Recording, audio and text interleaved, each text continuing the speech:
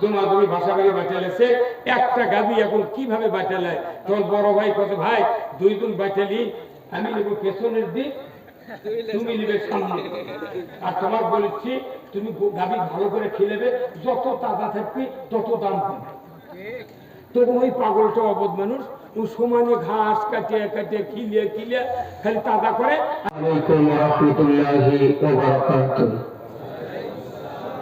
ওটা সাউন্ড ভালো, এটা খারাপ হয়ে যায়, ঠিক করো, সাউন্ড ঠিক করো। আলহামদুলিল্লাহ আলহামদুলিল্লাহ নাহমাদুহু ওয়া নাস্তাঈনুহু ওয়া নাস্তাগফিরুহু ওয়া নু'মিনু বিহি ওয়া নাতাওয়াক্কালু আলাইহি ওয়া না'উযু বিল্লাহি মিন শুরুরি আনফুসিনা ومن سيئات أعمالنا من يهدي الله فلا مضل له ومن يضلله فلا هادي له ونشهد أن لا إله إلا الله وحده لا شريك له ونشهد أن سيدنا وحبيبنا ومولانا محمدا عبده ورسوله الذي أرسله بالحق بشيرا ونذيرا وداعيا إلى الله بإذنه وسراجا منيرا. فقد قال الله تعالى في كلامه المجيد والفرقانه الحميد شرعت وفرقان أعوذ بالله من الشيطان الرجيم بسم الله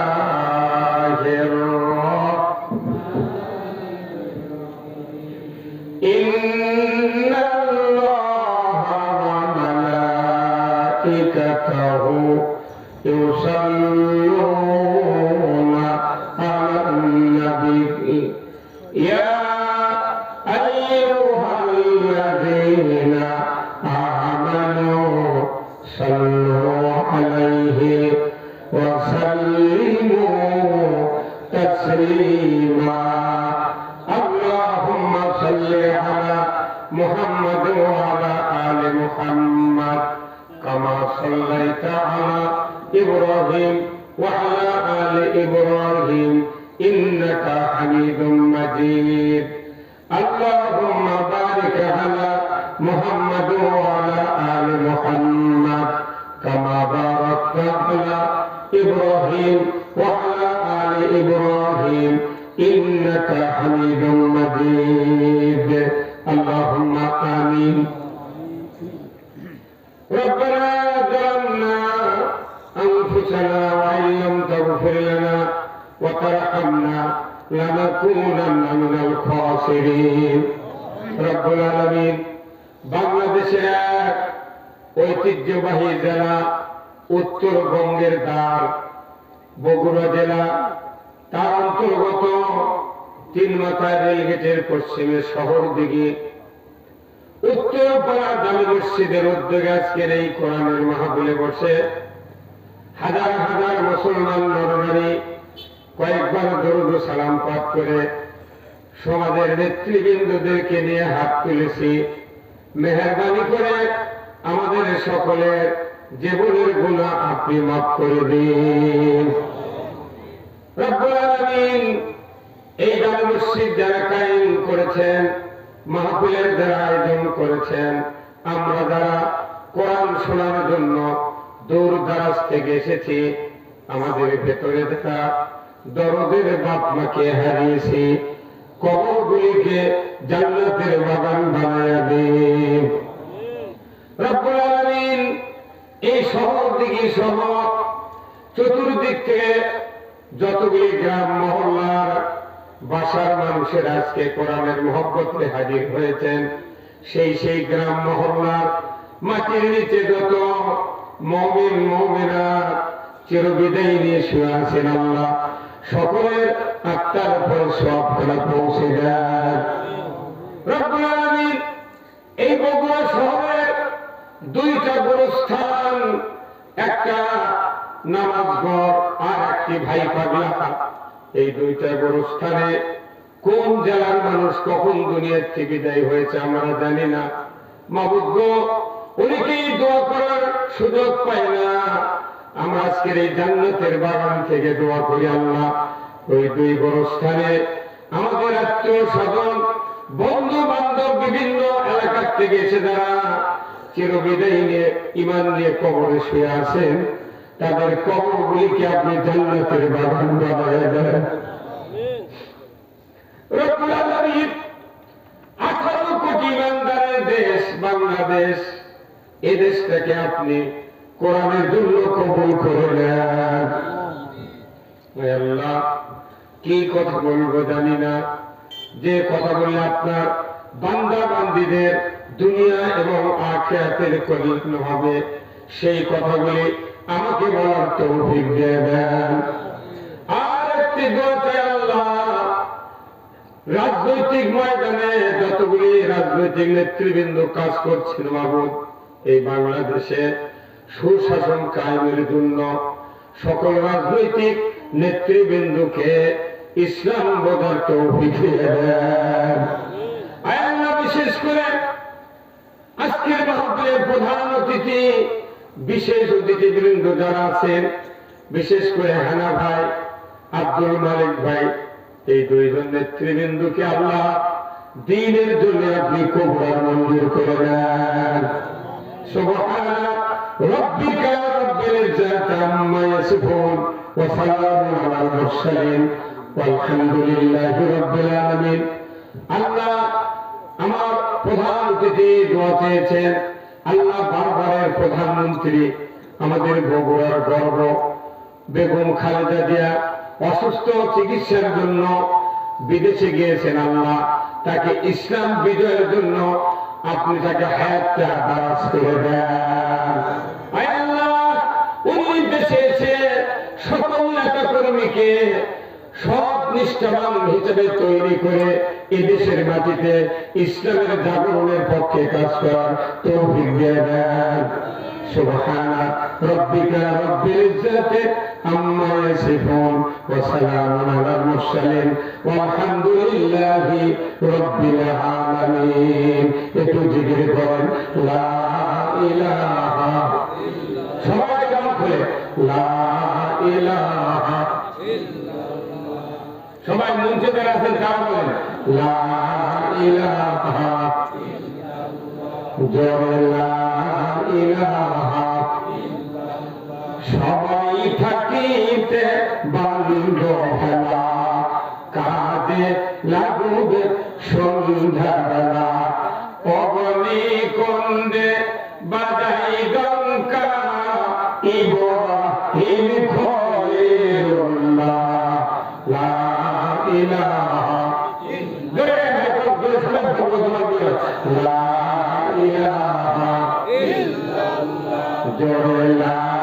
ইলাহা দেখো মৌলা কি খেলা, ডঙ্কা বাদে কারবালা, শহীদ হইলেন ইমাম হোসেন, তবু ছাড়ে না ইল্লাল্লাহ, লা ইলাহা ইল্লাল্লাহ, লা ইলাহা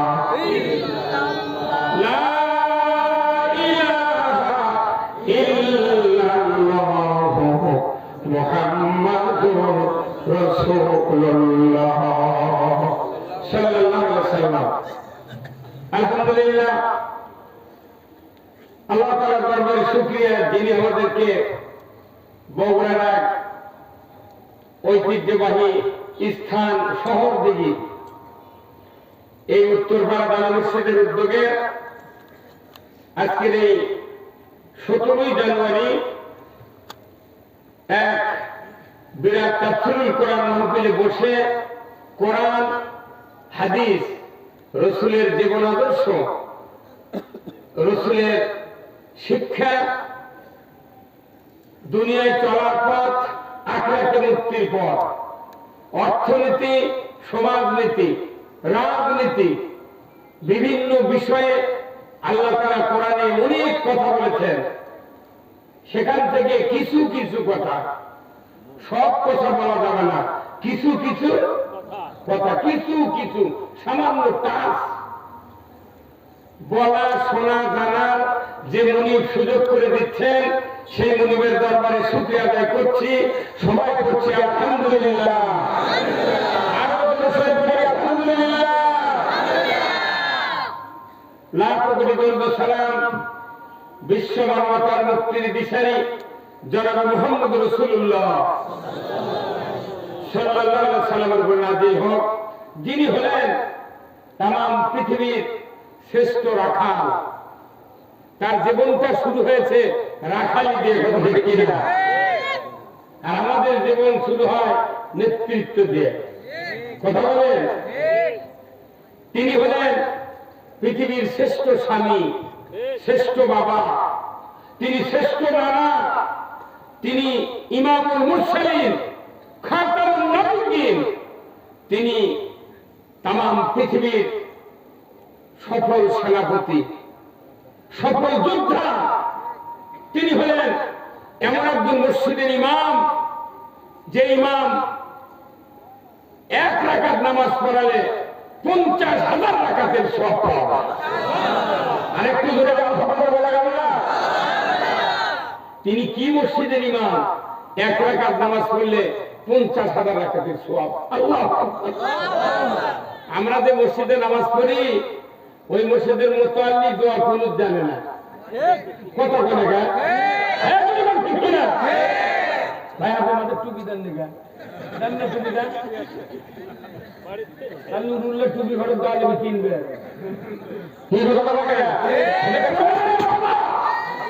টুপি দেওয়ার কারণ কি?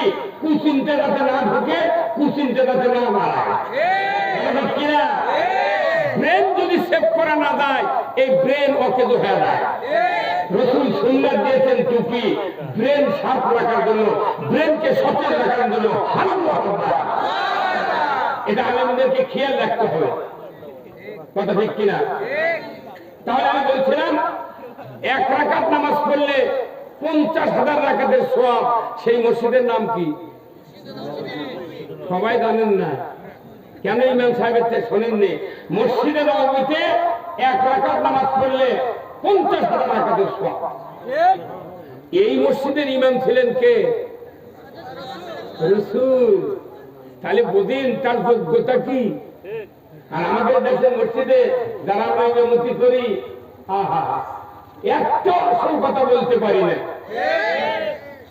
দিনের পর দিন মাথায় রুমাল দিয়ে, হাজি গামছা দিয়ে, জুব্বা দিয়ে মসজিদে বক্তৃতা হচ্ছে প্রতি শুক্রবারে, কিন্তু আসল কথা বলে না। এদেশটা সবচেয়ে ক্ষতিগ্রস্ত হচ্ছে আলিম আর ইমামদের কারণে।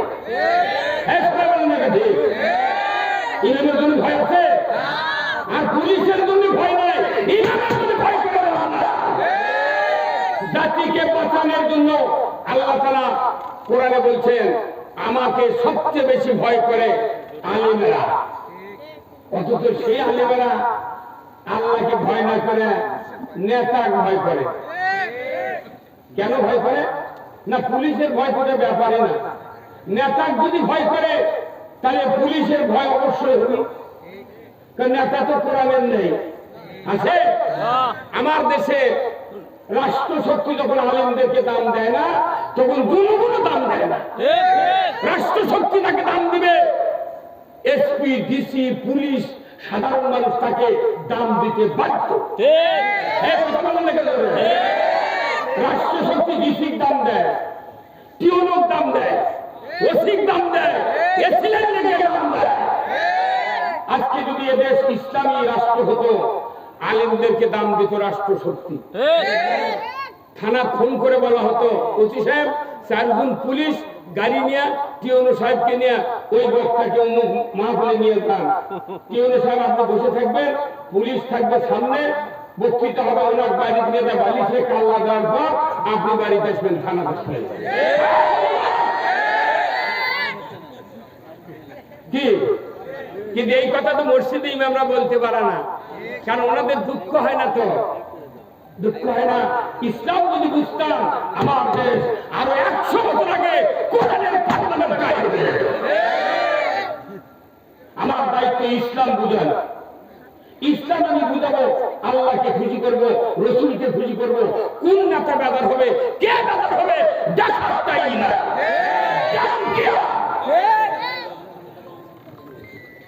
আমার রসুল আরেকটি গুণে গুণান্বিত, যখন সুবহানাল্লাহ, সেই গুণটা হলো তিনি হলেন পৃথিবীর একজন সফল রাষ্ট্রনায়ক।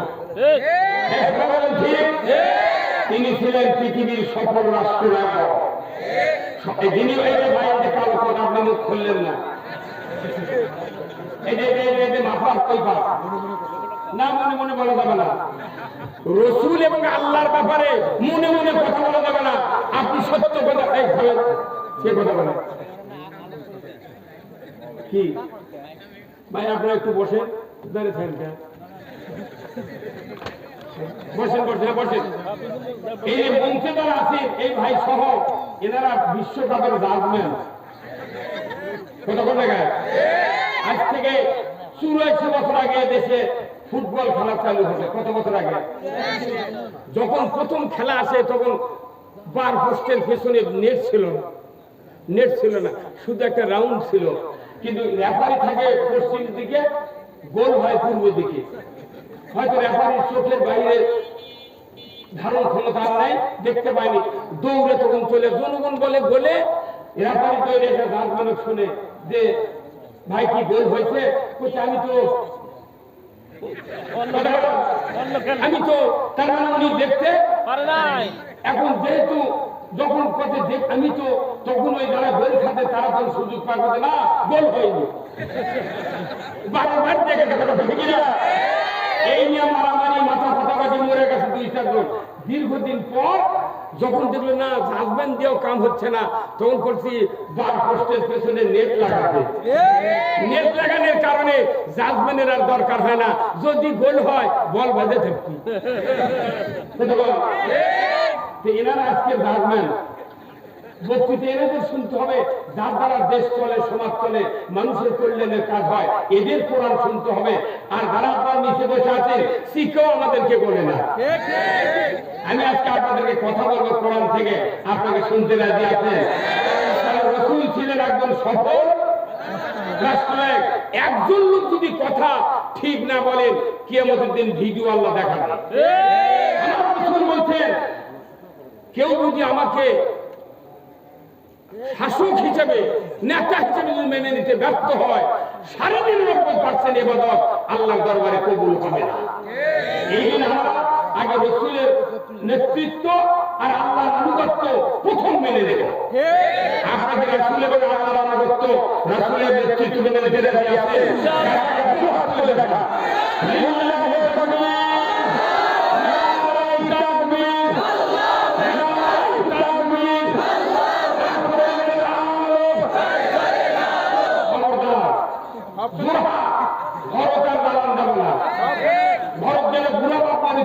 বাপ মারিছে, দাদা মারিছে, নাস্তিক মারে ধরে যান না। আর কোরআনের সংসদে যান। আপনারা মেনে নিয়েছেন তিনি হলেন সফল রাষ্ট্রনায়ক, তাহলে কোরআন দেওনি পৃথিবীর শাসক, শাসন করেছেন 10টি বছর, 12.5 লক্ষ বর্গ মাইল। রসুলের নেতৃত্ব, আল্লাহ আনুগত্য যদি মেনে নিতে ব্যর্থ হয়, পৃথিবীর জীবনে জান্নাতে যাওয়ার কোনো খারাপ প্রভাব থাকে না।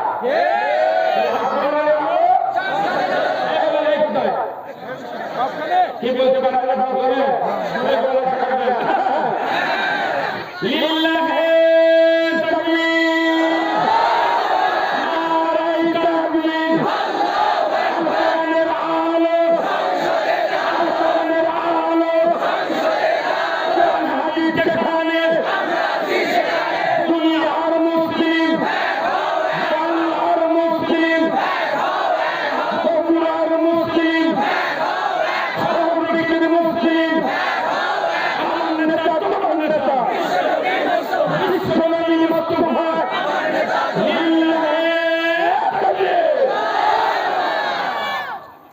আলহামদুলিল্লাহ, আল্লাহ খুশি হয়ে গেছে আলহামদুলিল্লাহ।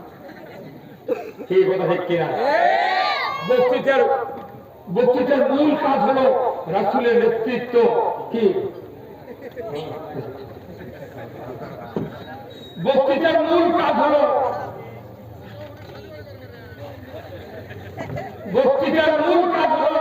আল্লাহর আনুগত্য, রাসূলের নেতৃত্ব দেওয়া। ঠিক কিনা বলুন তো? আল্লাহ রাসূলের নেতৃত্ব কি পৃথিবীর থেকে মুছে গেছে? না, মুছে দেয় না। কি না বলুন, একসাথে খাবো না, ওষুধ দেখিয়ে না, আপনি গেলে হবে তাই বসু বসুন না, কেন যাবে? যাওয়া যাবে না। আমরা তো প্রতিদিন রাত্রে খালি রাস্তার যখন বাড়াই, বক্তা কুত্তার পুলিশ থাকবে, আমাদের রাত নাই, বিরাট নাই, দিন নাই, 24 ঘন্টা কোরআনের পক্ষে আছে। আমরা কোরআনের রিপ্রেজেন্টেটিভ, আমরা কোরআনের পক্ষে কথা বলবো না, অন্য কোনো পক্ষে কথা বলবো না। আপনাদেরকে এখানে চ্যালেঞ্জ করে বৃত্তি পাওয়ার জন্য আমি 2 ঘন্টা বক্তৃতা দেবো। আমাদের বৃত্তি পাওয়া লাগবে। আমি এই জন্য বলছি যে আজকের এই মাহফিলে যারা বসেছেন তারা খুব ভাগ্যবান। আল্লাহ রাসূল বলছেন, আল্লাহ যার কল্যাণ চান তাকে কোরআনের জ্ঞান দেন। আপনি কতটুকু কোরআনে আল্লাহর কল্যাণ চান, কতটুকু, ততটুকু আপনি কোরআনের জ্ঞান অর্জন করবেন। যার কোরআনের জ্ঞান নাই, এর ইহকাল এবং পরকালের কোনো কল্যাণ নাই। দাড়ি টুপি যুগ্ম থাকতে পারে, কিন্তু কল্যাণ নেগেটিভ। একজন মানুষকে যদি বলা হয় তোমার গলায় টেলিস্কোপ লাগাও, এখানে একটা ব্যাস লাগাও এমবিবিএস ডাক্তারের, আর বলা হয় যে তুমি একটা স্যালাইন করে দাও তো একটা রুগী, পারবি না? হ্যাঁ পারবি না। তুমি রোগ বার করতে করতে 3 ঘন্টা লাগবে। রোগী হাতে পারবে না। আমাকে বাংলাদেশের ইমানদার আছি ওই ডাক্তারের মতো, আমরা সব বুঝি কিন্তু ইসলামের হাতে পাইনি। আমি আজকে ইসলামের কথা বলবো, আপনাকে বেদার হচ্ছেন না? আমি কিন্তু এইভাবেই কথা বলে থাকি। আমার যদি ইউটিউবে লক্ষ কোটি কোটি মানুষ শোনে, আমি আপনাদেরকে, আমি জিন্দিগিতে শহর দিকে আসিনি, বগুড়া শহরে আমি বহু প্রোগ্রাম করেছি, কিন্তু সব জায়গায় কথা বলা যায় না। আমি আপনাদের এই এলাকার ছেলে, আমি কথা বাস্তব কথা বলি, যাতে আমরা সবাই মিলে কিয়ামতের দিন জান্নাতে যেতে পারি। জান্নাতের মালিক কে? আল্লাহ। দিবেন কে? আল্লাহ। কাদেরকে? আমাদেরকে। আলহামদুলিল্লাহ, সাহস হয় না আমাদেরকে। আমি সহজে জান্নাতে যাওয়ার পথ কোরআনে আছে। ইসলাম এত জটিল নয়, ইসলামকে আমরা জটিল করে রেখেছি, ইসলামকে কুক্ষিগত করে রেখেছি। এক একটা গোষ্ঠী, এক একটা ফ্যামিলি, এক একটা বিভিন্ন ধারা ইসলামকে ওখানে বান্ধা রেখেছি যে এর উপর আর ইসলাম। কিন্তু তাই কি কথা? ইসলাম ব্যাপক একটা জীবন ব্যবস্থা, কিন্তু মানলে জান্নাত, না মানলে জাহান্নাম। শেষ কথা হলো মানলে জান্নাত, না মানলে কার কথা? তাহলে ইসলাম মানা একটু সহজ হয়ে গেল। এখন আমি মানবো জান্নাতে যাব, মানবো না জাহান্নামে যাব। কার সাহস আছে কালকে পেপারে জানতো সাক্ষাৎ যে আমি ইসলাম মানবো না? কেউ বলবে না। তাহলে আমি যদি ঈমান এনে থাকি, আমাকে ইসলামের পক্ষে থাকতে হবে। ইসলামের পক্ষে না থাকা পর্যন্ত একটা কুরবানিরও সওয়াব আল্লাহ কবুল করবে না। সাংঘাতিক কথা। ইসলামের বিরোধিতা করে আপনি আমি কোটি কোটি আবাদত করছি, দান খয়রাত, মসজিদ, মাদ্রাসা, দোয়া, দরুদ, হজ, উমরা করতে করতে বাংলাদেশে একদিন কাজ হয়ে গেছে ভারী ছোট। কি তিনি ইসলাম বুঝেন, ইসলামের পক্ষে নেই, লাভ হবে না। ইসলামের পক্ষে থাকেন, ইসলাম বুঝেন, সামান্য আবাদত আল্লাহ জান্নাত দিয়ে দেন। ব্যাপার হলেন।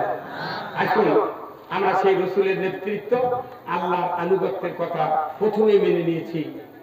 সব কথার এক কথা, আল্লাহ রাসূলের অনুসরণ ছাড়া আল্লাহ আমাদেরকে ভালোবাসবেন না। আজকের এই শহর দিকে উত্তর বারাবাড়ি মসজিদের উদ্যোগে তাফসীরুল কোরআন মাহফিলের সম্মানিত সভাপতি সাহেব, সহকারী অধ্যাপক মোহাম্মদ রুবেল উদ্দিন মন্ডল, সদস্য 4 নম্বর ওয়ার্ড 1 নম্বর ফাঁপো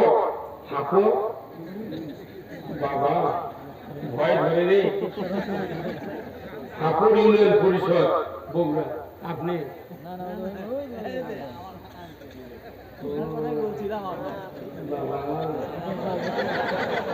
ফাঁপুরের কথা কয়নি,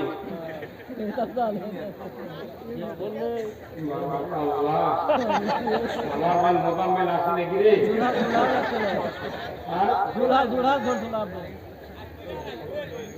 ওই যে লুৎফর ভাই ভোটার এসে আমাকে ধরে লেগেছিল।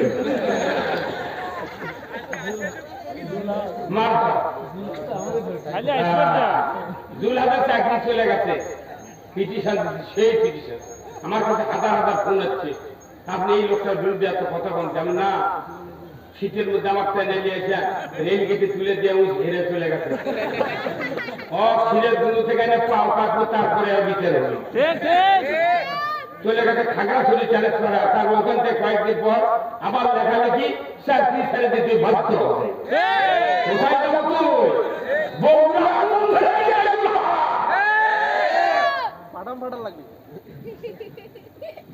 আজকের এই মাহফিলের সম্মানিত সহ সভাপতি জনাব মোহাম্মদ তোফাজ্জল হোসেন খান, সভাপতি অত্র মসজিদ কমিটি, আল্লাহ ভাইজানকে দ্বীনের জন্য কবুল করুন।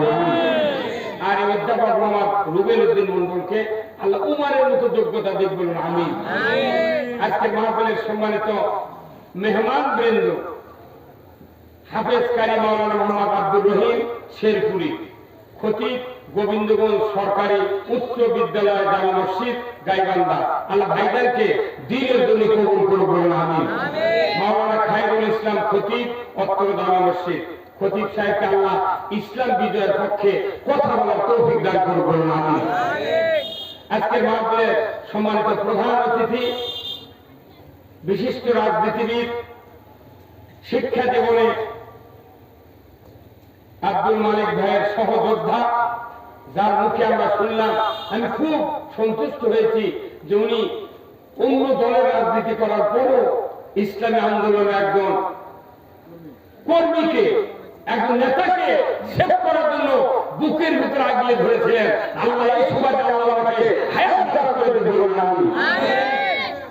বিএনপি জাতীয় নির্বাহী কমিটির সদস্য ও প্রাক্তন চেয়ারম্যান, উপজেলা পরিষদ বগুড়া সদর বগুড়া, আল্লাহ ভাইজানকে উমারের মতো যোগ্যতা দিক বলুন আমিন। বিশেষ অতিথিবৃন্দ, সহকারী অধ্যাপক আ.স.ম আব্দুল মালিক, জেলা সেক্রেটারি বাংলাদেশ জামাত ইসলামী বগুড়া জেলা শাখা, জনাব মোহাম্মদ আব্দুল বাসের, ভারপ্রাপ্ত সভাপতি ঠাকুর ইউনিয়ন বিএনপি, ইনি আছেন? আচ্ছা। জনাব মোহাম্মদ তৌহিদুল ইসলাম লোটাস পরিচালক, তামিম গ্রুপ শাহজাহানপুর বগুড়া, জনাব মোহাম্মদ আব্দুল গাফফার তোতা, বিশিষ্ট ব্যবসায়ী ও সমাজসেবক, জনাব মোহাম্মদ সাদ্দাত হোসেন মানি, বিএনপি নেতা ঠাকুর ইউনিয়ন বগুড়া, জনাব মোহাম্মদ কামাল হোসেন সাধারণ সম্পাদক ঠাকুর ইউনিয়ন বিএনপি, জনাব মোহাম্মদ মতিউর রহমান বুলু, সাবেক ইউপি সদস্য ঠাকুর ইউনিয়ন পরিষদ বগুড়া সদর বগুড়া, জনাব শেখ আনসার নিয়াজি, বিশিষ্ট সমাজসেবক, জনাব আলহাজ হাফেজ শফিক আহমেদ, বিশিষ্ট সমাজসেবক। আল্লাহ এই বিশেষ অতিথিবৃন্দকে ইসলামের সামনের কাতারে কবুল করুন আমিন। আমন্ত্রিত অতিথি আলহাজ মোহাম্মদ সিরাজউদ্দিন শেখ সহ জনাব মোহাম্মদ ফজলুর রহমান ফজলু ভাই সহ এই বিশিষ্ট জনদেরকে আল্লাহ ইসলামের বুঝ দান করুক বলুন আমিন। আয়োজনে শহর দিকে উত্তরপাড়া রায় মসজিদের সম্মানিত মুসল্লিবৃন্দ, প্রচারে Shafiq sanitary collection BRTC shopping complex Bogura সহ আহ্বায়ক কমিটি, আল্লাহ তাআলা এই ভাইদের যারা মঞ্চে বসে আছেন সুধীজন, সামনে বসা মুরব্বিনে কেরাম, হাজী সাহেবগণ, বিভিন্ন বাসা মহল্লা বাড়ি থেকে আগত ইসলাম দরদি যুবক ভাইয়েরা, রাজনৈতিক নেতৃবৃন্দ, প্রাইমারি মাদ্রাসা হাই স্কুল কলেজ বিশ্ববিদ্যালয়ের শিক্ষক মহোদয়গণ, ছাত্র ভাইয়েরা, কচি কাচারা, পর্দার অন্তরালে হাজারো মা বোনেরা, এবং এই শহর থেকে আমার একজন খালু আছেন, বিশিষ্ট আলেমে দ্বীন, তিনি হলেন হযরত মাওলানা ইয়াকুব আলী সাহেব, নাম শুনেন? উনি আমার খালু হন, ওনার শ্বশুর আমার নানা। তো ওনার এই এলাকায় মাহফিল করেছি, ওনার জন্য আমি দোয়া করি আল্লাহ যেন ওনাকে ইসলাম বিজয় পর্যন্ত যেন বেঁচে রাখে। বাংলাদেশের এক ঐতিহ্যবাহী মাদ্রাসা জামিল মাদ্রাসা সহ বগুড়া শহরের যত ইমাম মুয়াজ্জিন আছে সকলকে আল্লাহ দ্বীনের পক্ষে কথা বলার তৌফিক দান করুন। এবং আজকের এই মাহফিলের প্রচার মিডিয়ার সম্মানিত মাইকালা এবং ভিডিও ম্যান ভাইয়েরা সবার প্রতি আমার সালাম, আসসালামু আলাইকুম ওয়া রাহমাতুল্লাহি ওয়া বারাকাতুহু। কেমন আছেন আপনারা? আমার একটু ভূমিকা তুলে কথা বলতে হয়, কারণ কি উনি আশা করে নাম বলে দিচ্ছে, নাম পড়লে মনটা কেমন হয়। বক্তৃতা 5 মিনিট করলে কাঁকড়া খারাপ লাগবে, বুঝতে পারেননি? এই যে রাজনৈতিক নেতৃবৃন্দরা বক্তৃতা দেন, রাজনৈতিক নেতৃবৃন্দের বক্তৃতার কোয়ালিটি হতে হবে অন্য কোনো কথা নয়, মানে কোরআন হাদিস সব জানে, কোনটি কি সব জানে, খালি বলা লাগবে। আমরা নেতৃবৃন্দ হিসেবে বলতে চাই এদেশে কোরআন বিজয় ছাড়া কোথাও শান্তি কায়েম হবে না। যখন নেতারা যখন এই কথা বলবে তখন বক্তারা বক্তৃতা দিতে সাহস পাবে। বক্তৃতা বহু মানুষ জানে, বাংলাদেশ জামাত ইসলামী এদেশে ইসলামের বক্তব্য দিতে দিতে এখন নেতারাও বক্তার চেয়ে বেশি বক্তব্য শুনে গেছে। বক্তব্য হবে আমরা নেতৃত্ব দিচ্ছি, আপনার সহযোগিতা করবেন, বাংলাদেশে ইসলাম বিজয় করতে চায়। এই কথা বললে বক্তারা বুঝবে না এটি কাজ করবে। আর ব্রড বক্তৃতা দেওয়ার টাইম নাই, এখন ডিজিটাল দেশ, নৈবেত্তিকের দেশ, সৃজনশীলের দেশ। খালি ধরবো সাথে সাথে ঘি খাবো। আমি আপনাদেরকে কিছু কথা বলবো। আমার দেশ বাংলাদেশ, এ দেশে মেম্বার থেকে শুরু করে প্রধানমন্ত্রী পর্যন্ত যত জনপ্রতিনিধি নির্বাচিত হন, এনারা যদি বাংলাদেশের রসুলের ওই সফল রাষ্ট্রনায়কের জীবন আদর্শ মেনে নিতে পারতেন, আমার দেশে চুরি হতো না, আমার ধরে গেল, আমার দেশে সুদ চলত না, আমার দেশে ঘুষ চলত না, আমার দেশে জানা হতো না, আমার দেশে দুর্নীতি হতো না, আমার দেশে মসজিদগুলিতে লুটাচুরি হতো না। খালি জনপ্রতিনিধিদের ইসলামের রসুলের আদর্শ মেনে নিতে পারত, কিন্তু আমরা সব বুঝাই রসুলের আদর্শ বুঝাতে। উনি কি বলে, হুজুর সেই উমর কি আর আছে, তাই ওগুলো আদর্শ হবি? তাহলে উমর যদি খুঁজে না পাওয়া যায় তুই কি বানাবো? তুই আর বানায় উমর আছে কি না আছে? 10,000 শাসক মিলে, 10,000 শাসক মিলে বাংলাদেশে টোলক লড়াতে পারিনি। সব রাজনৈতিক নেতা হাত তোল খায় গেছে। উমর আছে কি না আছে? বিয়ে করেনি, তাইতে সত্যি বুঝতে পারছে হাসি।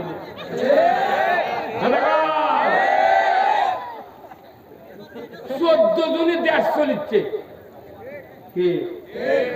ওরা আবার কোন উমর? এরা ভোট নয় ঠিক ছিল, 14 জনের দেশ চলিচ্ছে, মাথার আসলে মরে যাচ্ছে, কারু কথারও শুনিচ্ছে না। আর ডক্টর ইউনূস ওরা পাথর, হিমালয় পাথর। কি দিয়ে বানাতে পারে? আর এই ছাত্ররাও কিভাবে নির্বাচিত করলো? আমার মনে হয় ডক্টর ইউনূস যদি না হতেন একদিন অগুড়িয়ে দিলেন। কিন্তু আমি যেদিন জাতিসংঘের ওই বিশ্ব কনফারেন্সে যখন ডক্টর ইউনূস হাজির হয়েছেন, কেবল রুমের ভিতর ঢুকছেন, আমি ছেলে করে বাবা ফেসবুক অন করা দেখাই লাগবে, দেখি এই বেচারা আহা বাংলাদেশের গর্ব। উনি যখন ওই রুমের ভিতর ঢুকছেন, পুরো বিশ্ব নেতারা দাঁড়িয়ে গেছে,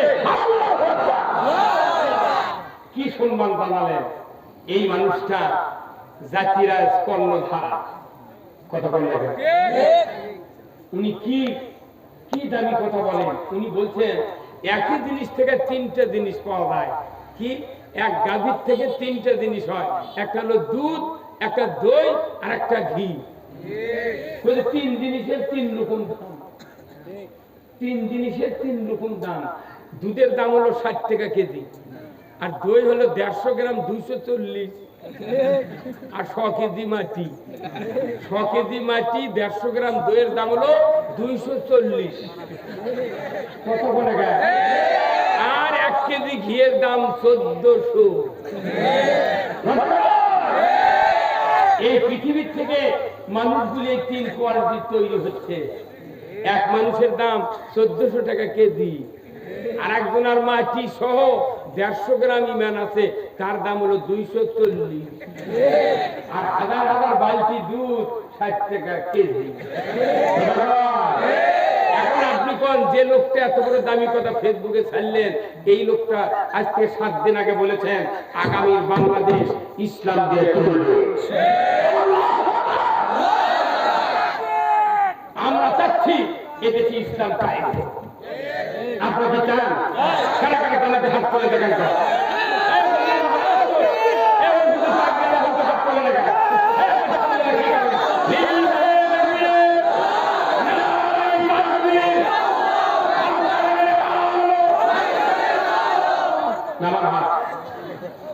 যতক্ষণ প্রত্যেকটা মসজিদে জুমার দিনে ইমামের বক্তব্য শুনে মুসল্লিরা আল কোরআনের আলো, সংসদের আলো না বলবে, ততদিন এদেশের মানুষকে ইসলাম বুঝার সম্ভব নয়। ইসলাম বুঝতে গেলে আমাকে সংসদে ইসলাম দাঁড় করাতে হবে। এখন আমাদের দেশের অবস্থা কি হয়েছে কোরআন থেকে একটু বলবো। আগে আপনাকে ব্রেন আমি ওয়াশ করতেছি। আচ্ছা, মনে করে এই প্রফেসর সাহেব ধরেন, এনার কথাই কই, ইনি আমার লোক, এনার কথা বলি, কি কথা বলতে হবে, চুপ করে থাকবেন, খালি শুনে যান। এনার স্ত্রী আছে না? আছে না? এনার স্ত্রী মনে করেন 2.5 হাত চুল, মাথার কয় হাত? 2.5 হাত। এনার স্ত্রীর মাথা হচ্ছে উকসি, খুকসি, হাতে উকুন, আর হাতে মাথা চুল পেন। ইনি 5 লাখ টাকা ফুলেছেন চর্ম রোগের ডাক্তার দেখে দেখে 1000 টাকার সাবান দিয়ে উকুন যায়নি, খুকসি যায়নি, শ্যাম্পু ব্যবহার করছে, সব শেষ পর্যন্ত স্ত্রী আস্তে আস্তে সুখে সুখে চিনতে বাইরে ভালো হয়নি। এনার একজন খুব নিকটতম রিলেটিভ, কিন্তু মূর্খ স্বর্গ মানুষ, উনি আবার এনার সমুদ্রের জামাই। উনি এসে বলছেন ফুবা, ফুবুর বলে অসুখ, মাথার চুল বলে চুল হতে, উকসি হতে, চুল পেনে হতে, 1 টাকা পয়সা খরচ করছেন। ফুবু বলে খুব বেকার, তো উনিকে চিকিৎসা কি খবর করছে, বা তোমার ফুবু শরীর বাঁচাই করছে। তখন ওই মূর্খ মানুষের কথা, ফুবু আপনার কি সমস্যা, বাবা বাঁচে আছে রাখিছে আল্লাহ, কিন্তু মাথা তোলা মতো চুলকাল লাগে না, বা শান্তি নেই, চিনতেই মরে যে এত ওষুধ থেকে ভালো হলো না। তখন ওই দাওয়াই দেশে এই প্রফেসর বলছেন যে ভাই বা ফুবু বা চাচা একটা পরিচয় আছে তো, এনাকে বলছেন যে আপনি 5 টাকা দেন তো। কয় টাকা? চুলেছে কয় লাখ? 5 লাখ। চাষে কয় লাখ? তখন বলছে 5 টাকা কি করবে? 5 টাকা দেন গ্রামে একবারে ভালো করে দেবে। তখন বলছে তোমার মাথা ঠিক আছে, 5 লাখ তুলেছে কিছু হয়নি, আর তুমি 5 টাকা দিয়ে কি করবে? তখন ওনার স্ত্রী বলছে দেন না কে, 5 লাখ তুলেছেন, আমার জামাই তুমি তো ক্ষতি করবে না, 5 টাকা দেন, ভালো না হয় 5 টাকা ফুলে দেয়। তখন এই কথা শুনে জামাই বলেছে ফুবা 5 টাকা যদি ভালো না হয় আমরা 500 টাকা পুরস্কার দেব। বাপরে কি গ্যারান্টি রে, ওয়ারেন্টি গ্যারান্টি।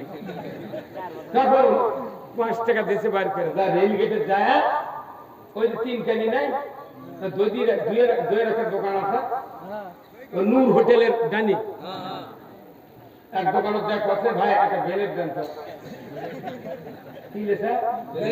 বেলেট আনছে। বেলেট এনে ফুবা বলছে ফুবা আপনি আমার ফুবু শরীরে মাথা কামে দেন তো।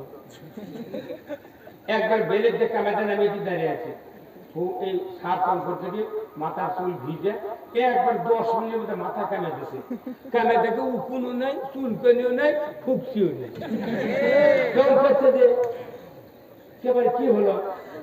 আপনি তো আরো 6 মাস আগে কামে দিলেন, একদিন চুল দেওয়ার হাত হয়ে গেল, আপনি মরিছেন কে? তাহলে আপনার আমার স্ত্রীর মাথার যদি এরকম অঘটন ঘটে যায়, তাহলে আর ওষুধ কি?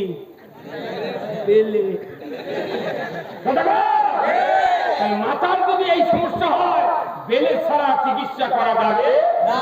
তাহলে বাংলাদেশে একটা মাথা আছে, সেই মাথার নাম কি? পারে না। বাংলাদেশের মাথার নাম কি?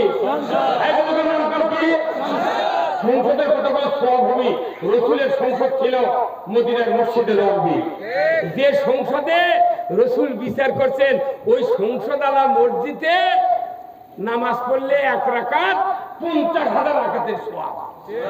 আর যে মসজিদে জিকির হয়, যে মসজিদে লেখা আছে দুনিয়াবি কথা বলা নিষেধ, ওই মসজিদে নামাজ পড়লে 4টাও সওয়াব হয় না। তাহলে যে মসজিদে সংসদ, সেই মসজিদে নামাজ পড়লে 50,000 রাকাতের সওয়াব। আমাদের দেশের মসজিদগুলিতে যদি কোরআনের আইন বিজয়ের বক্তব্য হতো, কার্যক্রম হতো, আমার দেশের মসজিদগুলিতে ওই আমরা মসজিদ তৈরি করতে ব্যর্থ। কি কথা রে, 40 বছর ইমামতি করে মসজিদে লেখে থাকে দুনিয়াবি কথা বলা নিষেধ। উত্তর ভাই কি কথা কেন আপনি ভয় করেন?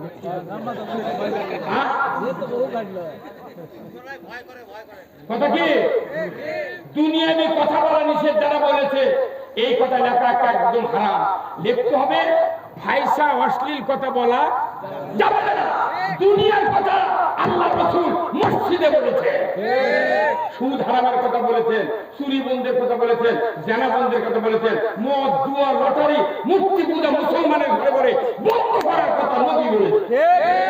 এই যদি ওই মসজিদে নামাজ পড়লে সওয়াব বেশি। কারণ এই মসজিদ থেকে দুনিয়া পরিষ্কারের কথা হয়, আর যে মসজিদ থেকে দুনিয়া পরিষ্কারের কথা হয় না, এক সওয়াব কতখানি হয় আল্লাহই ভালো জানেন।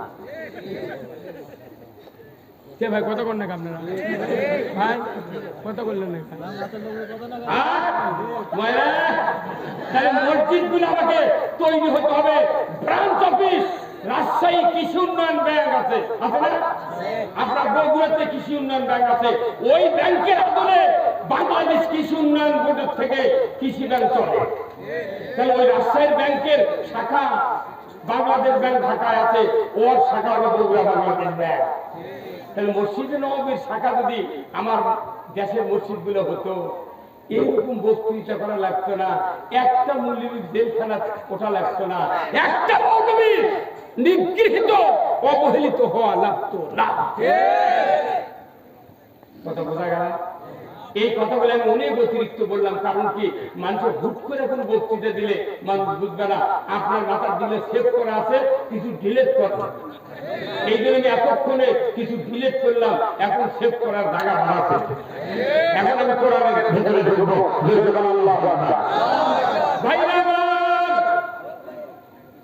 আল্লাহ রাব্বুল আলামিন কোরআনুল কারীমে বলছেন, কুল হাবিতু মিনহা জামিআ ফাইম্মা ইয়াতিয়ান্নাকুম মিন্নি হুদান ফামান তাবিয়া হুদায়া ফালা খাউফুন আলাইহিম ওয়া লা হুম ইয়াহজানুন। কার কথা? আল্লাহ। আমার আল্লাহ বলেছেন, আদম বংশধর পৃথিবীর জমিনে নেমে দাও, মিন্নি হুদান, আমার তরফ থেকে যে হাদায়াত বাণী যাবে, ফামান তাবিয়া, এটা যদি করতে পারো, আনুগত্য করতে পারো, মানতে পারো, তুমি যদি সেই অনুযায়ী চলতে পারো, ফালা খাউফুন, তোমাদের জন্য কোনো ভয় নাই, ওয়ালা হুম ইয়াহজানুন, তোমাদের জন্য কোনো চিন্তার কারণ নাই। এর মধ্যে কি না? কোরআন মানলে ভয় নাই, চিন্তা নাই। কার কথা? আল্লাহ। জোরে বলেন, কার কথা? বিশ্বাস ভয় মানি না কে? কারো ভয় নাই। আমরা যোগ্যতা নাই দেখে ক্ষমার পারি। ভয় আছে? কে কয় ভয়? কি কিসের ভয়? আমরা আল্লাহ যদি ভয় করি, দুনিয়ার সকল ভয় আমাদের কাছ থেকে পালাবে। এতগুলো বগুড়া দালাত মানুষ বাস করি, শহরে কত পুলিশ, এসপি, ডিসি, ইমাম, মাদ্রাসার হুজুর, কত ভালো ভালো হাজি আছে, কত মানুষ আছে। আর বগুড়ার মতো জায়গা লটারি চললো, মাথায় নষ্ট রাজ্জাক মামা। যখন তোমার কথা বলে না, আর যখন ইসলাম বিজয়ের কথা বলে, তখন নিচে নিচে কানে কানে কয়, তাই কলি হবি। আল্লাহ বলছেন, ইন্নামাল খামরু ওয়াল মাইসিরু ওয়াল আনসাবু ওয়াল আযলামু রিজসুম মিন আমালিশ শায়াতিন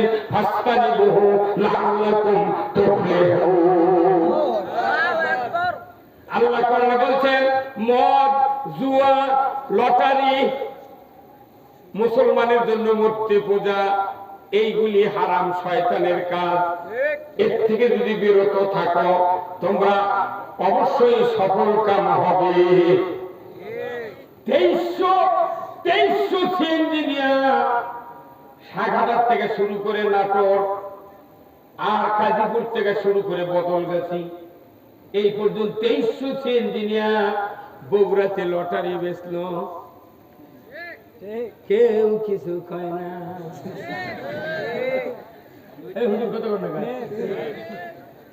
তার মানে কি ওই অন্যায় আমার গাঁত বাজে না? কারণ কি গুছির মাছ কাদর মধ্যে থাকে, কাদর থেকে গুছির গাওয়ার পা, গুছির গাওয়ার পাহাড়ের কারণে কাদর ভরে না।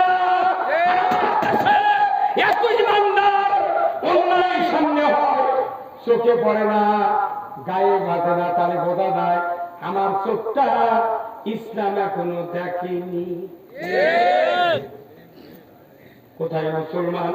আল্লাহ নিজে বললেন, আমি যা তোমাদের জন্য নাজিল করেছি এটা যদি মানতে পারো, এটা করতে পারো, ফালা খাউফুন আলাইহিম, তোমাদের জন্য কোনো ভয় নাই, ওয়ালা হুম ইয়াহজানুন, তোমাদের জন্য কোনো দুশ্চিন্তা নাই। এত 100% এত সত্য কথা মানুষের মুক্তির জন্য আর পৃথিবীর জমিনে আর কোন কিতাবে এত দামি কথা পাওয়া যায় না। এত বড় কথা যদি কেউ না মানে, অবিশ্বাস করে, মিথ্যা মনে করে, আল্লাহ তাদের জন্য বললেন, ওয়াল্লাযীনা কাফারু ওয়া কাযযাবু বিআয়াতিনা উলাইকা আসহাবুন নারি হুম ফিহা খালিদুন। স্পষ্ট কথা, আল্লাহর কথার এত মজা, এত দাম। আল্লাহর কথা যদি কেউ কোরআন বিজয়ের নিয়ত নিয়ে যদি রাত্রে তাহাজ্জুদের সময় উঠে দুটা আয়াত পড়েন, চক্ষু দিয়ে পানি বেরিয়ে যাবে, আল্লাহর আসমান থেকে আপনার উপর অকুণ্ঠ রহমত নাযিল করা হবে। যারা এই কোরআনের কথাগুলিকে মিথ্যা মনে করবে, অবিশ্বাস করবে, আমার আল্লাহ বলেছেন, আল্লাহ বলেছেন তারা জাহান্নামের আগুনের সাথী সঙ্গী হবে। শুনলি তো গায়ে শুনে এই কথাটা নৈতিক হারে যদি বুঝতে পারত, কলেজের প্রফেসর, বিশ্ববিদ্যালয়ের প্রফেসর, অধ্যক্ষ, মাদ্রাসার হুজুর, প্রিন্সিপালেরা এই কথা যদি বুঝতে পারতেন, নৈতিক বুঝে, কিন্তু কোরআনের এই দুই আয়াত বুঝে না। এটা হলো নৈতিক হারে লেখাপড়া শুরু হয়ে গেছে 300 শতাব্দীতে। পড়া নাই, লেখা নাই, আন্দাজে 13টা ঠিক দিয়েছে, 10টাই ঠিক। আল্লাহ এই জন্য নৈতিকের প্রশ্ন দিয়ে কোরআন বুঝাচ্ছে। আল্লাহ একে নৈতিক করলে এক কথায় প্রশ্ন আসবে, আল্লাহ মানে কোরআন মানলে জান্নাতি, না মানলে কোরআন মানলে জান্নাতি। তাহলে কোরআনকে শর্ট করে আনছি কত বল? হ্যাঁ, আচ্ছা কোনটা 8 ইঞ্চি পাইপ প্লাস্টিকের, এই পানি 2 ইঞ্চিতে বার করা যাবে না? যাবে। কি করা লাগবে? মানে 8 ইঞ্চির মাথা সকেট দেওয়া লাগবে 6 ইঞ্চি, ওরই মাথা আবার 5 ইঞ্চি করতে করতে সাজুদা দিয়ে আর দেবার করা। কোরআন এমন একটা বৃহত্তর কিতাব, এটা মানুষকে বুঝাতে গেলে ওই পাইপের ওই জোড়া দেওয়া বোঝা লাগবে। আর আমরা বিরাট পাইপ,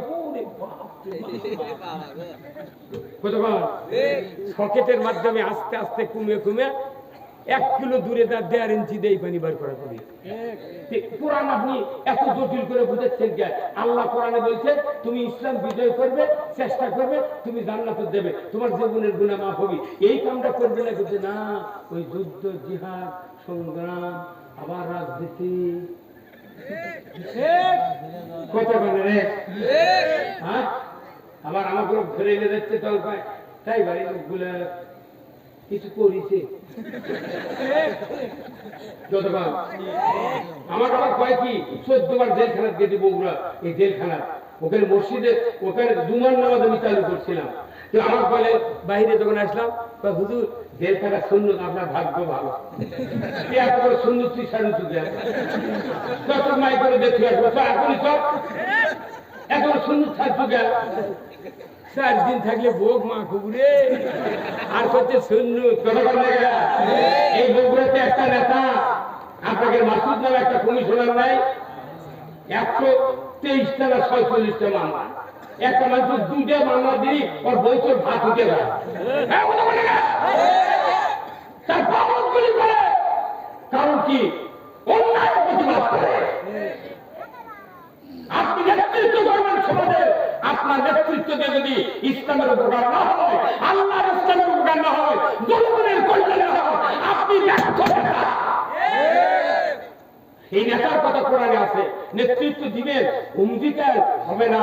কোরআনের সূরা হামিমার সিজদা 29 নম্বর আয়াতে তুলে দাও। আল্লাহ বলছেন কেন কোরআন মানলে জান্নাতি, না মানলে জাহান্নামী, এটা নেতৃত্বের মাধ্যমে জাতিকে বুঝাতে হবে। সবচেয়ে বড় নেতা হলো মসজিদের কি বার গেল। আচ্ছা, আজ কারা কারা নামাজ পড়তেন হাত তুলে তো জুম্মার যায় মারো। আমিও একটা মসজিদের ক্ষতি, 47 বছর হলে আমার এই পদার্পণ হয়েছে। 47 বছর পাওয়া দিচ্ছে, আমি ইমামতি করি 47 বছর। এখন এই মসজিদে যারা নামাজ পড়েছেন, সানি খুতবা শোনেননি? সানি খুতবার 3টা বক্তব্য আছে, একটা 2টা হলো রসুলের, একটা হলো আল্লাহ। রসুলের 1 নম্বর বক্তব্য হলো খয়রুল কুরুনি, কোনটা শুনিনি মারে ওই ভালো শোনে না তো, ওটি যায় ছুটির দিন তো ওই দোকানের চাবির চিন্তা করে। কি টাকা রে, খয়রুল কুরুনি কারনি সুম্মাল্লাযীনা ইয়ালুনাহুম সুম্মাল্লাযীনা ইয়ালুনাহুম কথা ঠিক না? এত বড় দামি বক্তব্য, রাসূলের বক্তব্য, লক্ষ লক্ষ হাদিসের ভেতর থেকে 2টা হাদিস আশরাফ আলী থানভী রাহমাতুল্লাহ আলাইহি জাতির কল্যাণের জন্য মসজিদে সানি খুতবা ত্যাগ করে দিয়েছেন। এই 2টা বক্তব্য রাসূলের, একটা বক্তব্য হলো আল্লাহর। এই 3টা বক্তব্য যদি 100 বছর আগে থেকে জাতিকে যদি ইমামরা আমরা বোঝাতে পারতাম, এই জাতির জেল খাটা লাগতো না, এই জাতিকে ইমামদেরকে পুলিশ মারা দিত। পুলিশ আল্লাহ বলেছেন খয়রুল কুরুনি কারনি, আমার যুগ সেরা যুগ। যদি করে আল্লাহু আকবার, কার যুগ সেরা যুগ? রাসূলের যুগ। যে রাসূলের কথা আমাদের মসজিদের ইমাম আমরা বলতেছি খয়রুল কুরুনি কারনি। দীর্ঘদিন হলে 1500 বছর, 54 বছর স্বাধীন হয়, পাকিস্তানে 24 বছর, ব্রিটিশে 190 বছর, এইবার 54 বছর বাংলাদেশের যত মসজিদ আছে খয়রুল কুরুনি কারনি পড়তেছি। কিন্তু কোন মুতাল্লি, কোন মুক্তাদি একটা দিন দাঁড়িয়ে প্রোটেস্ট করলো না, হুজুর আপনি রাসূলের কথা বলছেন খয়রুল কুরুনি কারনি। রাসূলের যুগ ছিল সারা যুগ, রাসূলের যুগ ছিল সোনার যুগ। আপনার যুগ কি সোনার যুগ না সারা যুগ? আমাদের যুক্তি সারা যুগ। একটা লোক প্রচেষ্টা করলো না কেন? নবীর কথা তুমি পড়ে লাগতি, বরং তো প্রতিবাদ করা লাগতো। ভাই আপনি যে পড়তেছেন হুজুর রাসূলের যুগ সারা যুগ, তাহলে রাসূল কি দিয়ে সারা যুগ বানাছিলেন, তৈরি করেছিলেন, সেই বক্তব্য দেন তো। এই বক্তব্য দেওয়ার প্রতিবাদ দেওয়া লাগতো। হুজুর রাসূলের যুগ সারা, আমি মানতে রাজি, কিন্তু আমার যুগ তো সারা। আমার দেশে সুদ চলে, ঘুষ চলে, চুরি চলে, জেনা চলে, অন্যায় করব সব চলে। বাংলার এই যুগটা সারা যুগ হতে পারে না। যাবেন আপনি কথা ঠিক কিনা? আমাকে এই যুগ কি সারা যুগ না? তাহলে আমাকে এটা লোহার যুগ। কিসের যুগ? লোহা। ওটা ছিল সোনার যুগ, আমাদের বাংলাদেশের যুগ হলো লোহার যুগ। লোহা দিয়ে গুলি বানাও আর মানুষ গুলি করে মারো। ভাই নবী যে যুগ তৈরি করেছিলেন সোনার সেরা উৎকৃষ্ট, এই যুগ কি করার ফর্মুলা আমাদের কাছে আছে না নাই? আছে না নাই? সেই ফর্মুলার কিতাবের নাম কি? বলেন কি? এই কোরআন আছে না নাই? তাই কোরআন থাকলো ওই যুগ কায়েম হলো না, ইমানদার থাকলো ওই যুগ কায়েম হলো না, হাজি থাকলো ওই যুগ কায়েম হলো না, নেতা থাকলো ওই যুগ কায়েম হলো না, বক্তা থাকলো ওই যুগ কায়েম হলো না, পীর থাকলো ওই যুগ কায়েম হলো না, তবলিগ থাকলো, ইসলামী দল থাকলো, রাজনীতি করার নেতা থাকলো, অথচ ওই যুগ কায়েম হলো না। তাহলে বলুন তো এই যুগ কায়েমের জন্য আল্লাহ তাআলা ডাইরেক্ট রাসূলকে দায়িত্ব দিয়েছিলেন, কথা ঠিক না?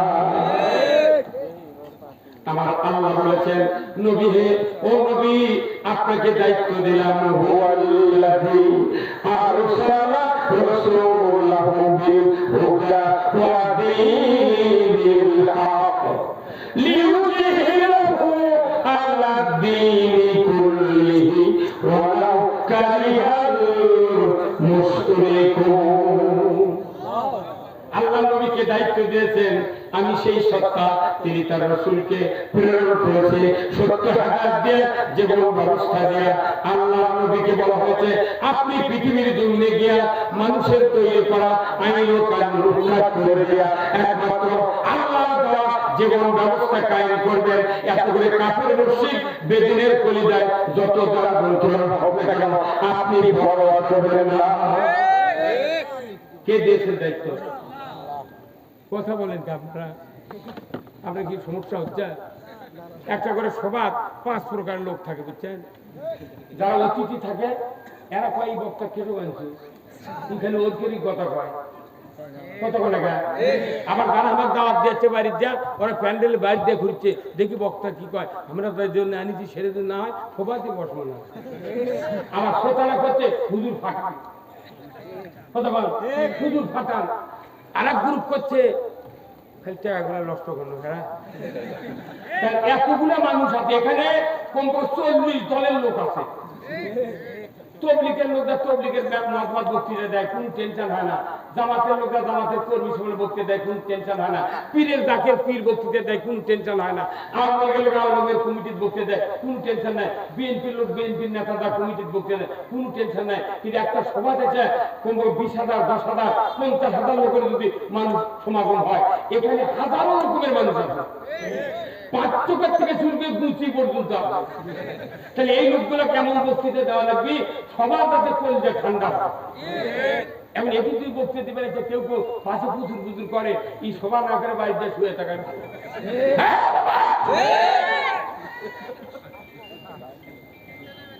না কি করেন আপনি? আমি কোন স্পষ্ট কথা বলি, কথা ঠিক কিনা? এই মাহফিলের উদ্দেশ্য হয়ে গেছে দুইটা। কয়টা?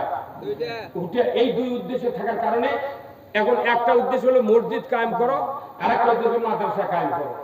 আর মধ্যে শুধু ইসলাম বুদ্ধ করো। ইসলাম যত বুদ্ধ হবে আর মাদ্রাসার উন্নতি হবে। বুঝার লেগেছে তুমি খালি না ধান দাও 2 মণ, তোর বাপ মা ধান নাতি, আর বুঝা করে তুমি একটা স্টিলের আলমারি দাও, আমি কিতাব পত্র দেবো, তাতে উই খায় ফেলে দিচ্ছে। ওর বলছে দেখো 14 গোষ্ঠী আগে ধান নাতি চলে গেছে। কথা বলো না কে জান্নাত কিছু।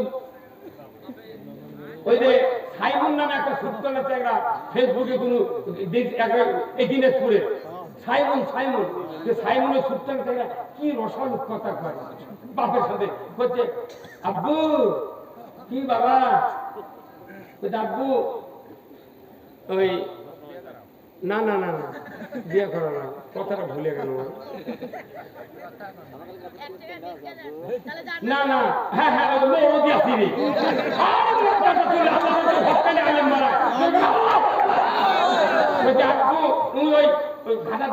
গামলা খোড়ালে বলছে ভাই 1 টাকা দেন, তোর কি টাকা দিলে কি হবে, বলছে তোকে আল্লাহ জান্নাত দিয়ে দিবি। তোর 1 টাকা দিয়েছে, তোর করছে যে আল্লাহ তোর জান্নাত দিবে। তোর প্রতি গেলে জান্নাত তোর বাপ হয় না, ওই তোর পথে তোর টাকা দিল, তোর প্রতি তোর দিনের সুর দিয়ে দেবে, গোটা দিনের সুরত দিয়ে দিছে। তোর মুই আমার পথে দিনের সুর তোর বাপে, তোর জান্নাত কি তোর বাপে, জান্নাত কি তোর বাপে। আমার বাপের কথা, আব্বা তোমার জন্মদিন কবে আসছিল, কি বারে, কত রবিবারে, কত তোর জন্মদিন কি, বেটা কথা বাপে, কত আমার জন্মদিন রোববারে। বাবা তোমার জন্মদিন কত শুক্রবারে, কত ছুটির দিন আছে।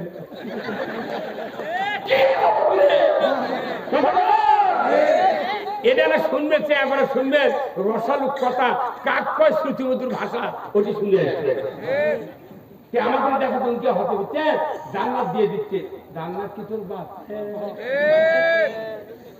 আমরা সোয়াবের নেওয়াতে কত কাম করেছি আল্লাহ দুনিয়াতে সোয়াব কামায়ের জন্য পাঠায় নাই আমি যতদিন হলে লেখাপড়া করতেছি কোরআন হাদিস চর্চা সামান্যতম জ্ঞান নিয়ে একটা জায়গা নাই কত কোটি সোয়াব কয়শো কোন সোয়াব বলে জান্নাতে দেওয়া যাবে একটা কথা কোরআন হাদিসে না বরং আল্লাহর কথা তোমরা আমার আইন মানো কি মানো আইন মানলে কি হবে আচ্ছা কোন তো এই যে এই সারের দাঁড়িয়ে উঠেছে এই সার যদি লুকিং গ্লাস কিংবা ড্রেসিং টেবিল দিয়ে মুখ না দেখে যদি আল্লাহ দোয়া করে আল্লাহ তুমি যখন আল্লাহ দয়া করে দাঁড়িয়ে দিছো মুখটা তুলে দাও তখন আল্লাহ জিবরাইল কয় এই অধ্যায় কত বাবার কি আয়না নেই আয়না দিয়ে মুখ দেখতে কত দাঁড়িয়ে উঠলো মুখ উঠলো না এবার দোয়া চাই কত দাঁড়িয়ে উঠবে তার মুখ উঠতে পারত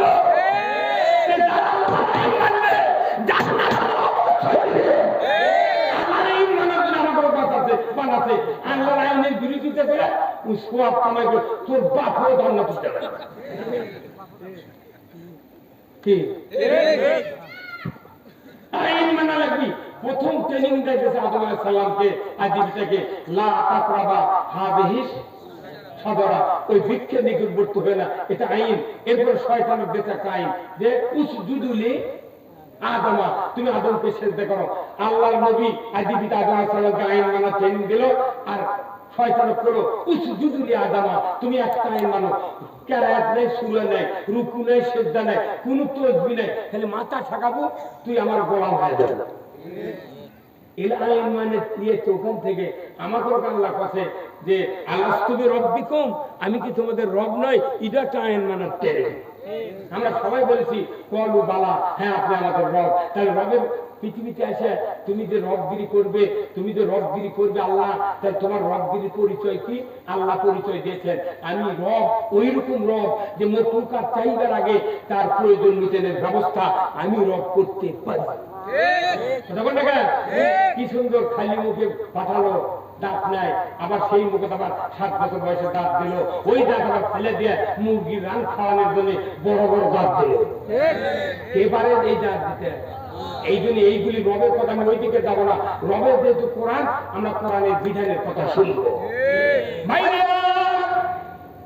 আমার আল্লাহ কোরআনে বলছেন নবী আপনাকে দায়িত্ব দিলাম পৃথিবীর জমিনে মানুষ যতগুলি আইন তৈরি করেছে ওই আইনগুলি একটু সরে দেয়া আমার আইন বিজয় করবে এতে করে কাপড়ে মসজিদ বেদিনের কলিজায় যত দ্বারা যন্ত্রণা হোক না কেন আপনি রসুল পরোয়া করবেন না আল্লাহ নবীর দায়িত্ব দিতে ইসলাম বিজয় করার জন্য তাহলে আমাকে এই দায়িত্ব পালন করা লাগবে না আমি কি এত বড় যোগ্যতা অর্জন করছি ওই কাজ বাদ দিয়ে এই পৃথিবী ভালো হবে এমন কোন বিশ্ব চালক আর কেউ আল্লাহ কোন নিজে হাতে এখন দেখাচ্ছে আমেরিকাতে আগুন লেগেছে কয়েকদিন আগে মানে আল্লাহ কাছে মানুষ এত গাদ্দার আমার হুকুম মানছো না তোমরা হিম্মত নাই তোমাদের ভয় নাই তোমার ভয় কার ভয়ে তুমি মরো এখন আমার মানুষের চলবে কিছু নেতা ভয়ে সাধারণ লোকেরা পাপের শাস্তি ওখানে আমেরিকা কবে যেখানে আসবে আধ্যাত্মিক সমুদ্রাতি অগ্নি বৃষ্টি পাথর বৃষ্টি হয় গুঁড়ো করে দিতে আল্লাহ সে আল্লাহ আমেরিকাতে খেজুরের গাছের মাঝখান থেকে আগুন বের করে দেয় পুরো এলাকা এমন ঘূর্ণিঝড় দেয় পড়তেছে দমকল ফেল পানি fail helicopter fail plane fail যাই যাচ্ছে তাই করছে হলো কি শেষ পর্যন্ত ডোনাল্ড ট্রাম্প করছে ও মাই গড হেল্প মি কথা বলে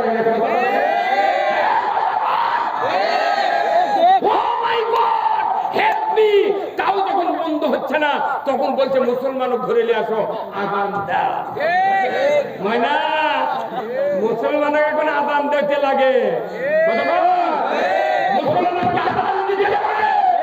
কিন্তু শাসন ভালো লাগে না এইবার আমরা এমন একটা খেল দেখাবো বাংলাদেশে সেই খেলটা হবে একটা মানুষের দুটা ছেলে একটা গাভী আছে, দুই ভাই পেটো খায় বাপ মারা যাওয়ার পর জমাজমি বাসা বাড়ি বাঁচালেছে, একটা গাভী এখন কিভাবে বাঁচালায়? তোর বড় ভাই কত ভাই দুইজন বাঁচালি, আমি নেবো পেছনের দিক, তুমি নেবে সামনে।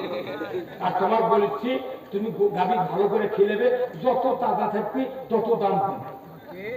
তো ওই পাগলটা অবধ মানুষ, ও সমানে ঘাস কাটিয়ে কাটিয়ে খিলিয়ে খিলিয়ে খালি তাজা করে, আর বিকেল করার বড় ভাই দিয়ে দিয়ে দুধ। আল্লাহর কি ফায়সালা, প্রত্যেকটি বাড়ির যারা গ্রামে গঞ্জে স্বামী যদি একটু বুদ্ধিতে কম হয়, আল্লাহ তাআলা তার একটা স্ত্রী দেয় তার চেয়ে একটু বুদ্ধিমান। ওই স্ত্রী এখন রাত্রে করছে যে তুমি যে ঘাস কাটে কেটে মলে যে তোমার কি কিছু হয় না? কি হবি? ভাই কাছে গরু খিলালি তাজা হবি। পাগল তখন ওই বউ কথা শোন, কাল সকালে উঠে তুই ভাই কবু যে জমা দুজন বাঁচাই দিছু, ভাই তুই গাই দিয়ে তুই বাঁচাই দিছু, তুই পেছনে আমি সামনে, ভাই আমি এই যে গরু খিলে তুমি এক কাম করো মধ্যে কাটে আমার ভাগ করে দাও, আমি খিলাম গোবর টোবর দা হবে, ওটা বেচে হোটেলে আমি ঘুটে বেচবো, তা আমি কিছু করে ভাবলাম। তখন বড় ভাই কোথায় এই বুদ্ধি দিল কে রে? কথা বলে কোথায় এই বুদ্ধি দিল কে? মুখের মনে মনে করছে তো কর পারছে না, তখন ওই বুঝা পারছে অকাম করে গরু যদি কাটিতে হবে দুধ বন্ধ, তখন করছে ভাই আজ থেকে তোকে 1 কেজি জমি। কথা বলে কথা বলে এই কথাগুলো বোঝা লাগছে আপনার, বলছে আজ থেকে তোকে 1 কেজি জমি। তখন ভাইটা বউ করছে এই কাম করছে, ঠিক আছে তাহলে তুমি এখন খিলে আমাকে দেখো রিক্সাওয়ালা, ভ্যানওয়ালা, মূলাওয়ালা, আলুওয়ালা, কপিওয়ালা, মাছওয়ালা, যত গরিব গুরবা লেবার, যত শ্রমিক টাইপের লোক আছে, এই লোকগুলো ভোট দেয়। আর যারা অফিসার, বড় বড় অফিসার সব খালি ভোট নেয়। এই গরিবের ভোট নিয়ে মানে কি, এটা হচ্ছে ওই ঘাস খেলেছে, আমরা খালি ঘাস খেলেছি। আর ওরা যা ক্ষমতার দেয়, গরিবের ভোট নিয়ে ক্ষমতার যা, ওরা খালি দুধ দুধ চা খাচ্ছে। এইবার গরু কাছে ভাগ হবে,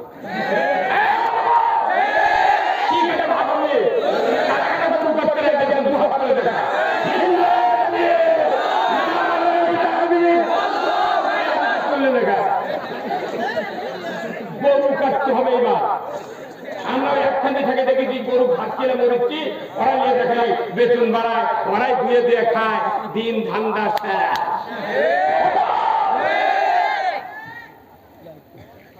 আশ্চর্য কথা, আমরা মরেছি ভোট দিয়ে, আর যাই ক্ষমতা দেয় তাই খালি দুধ খায়।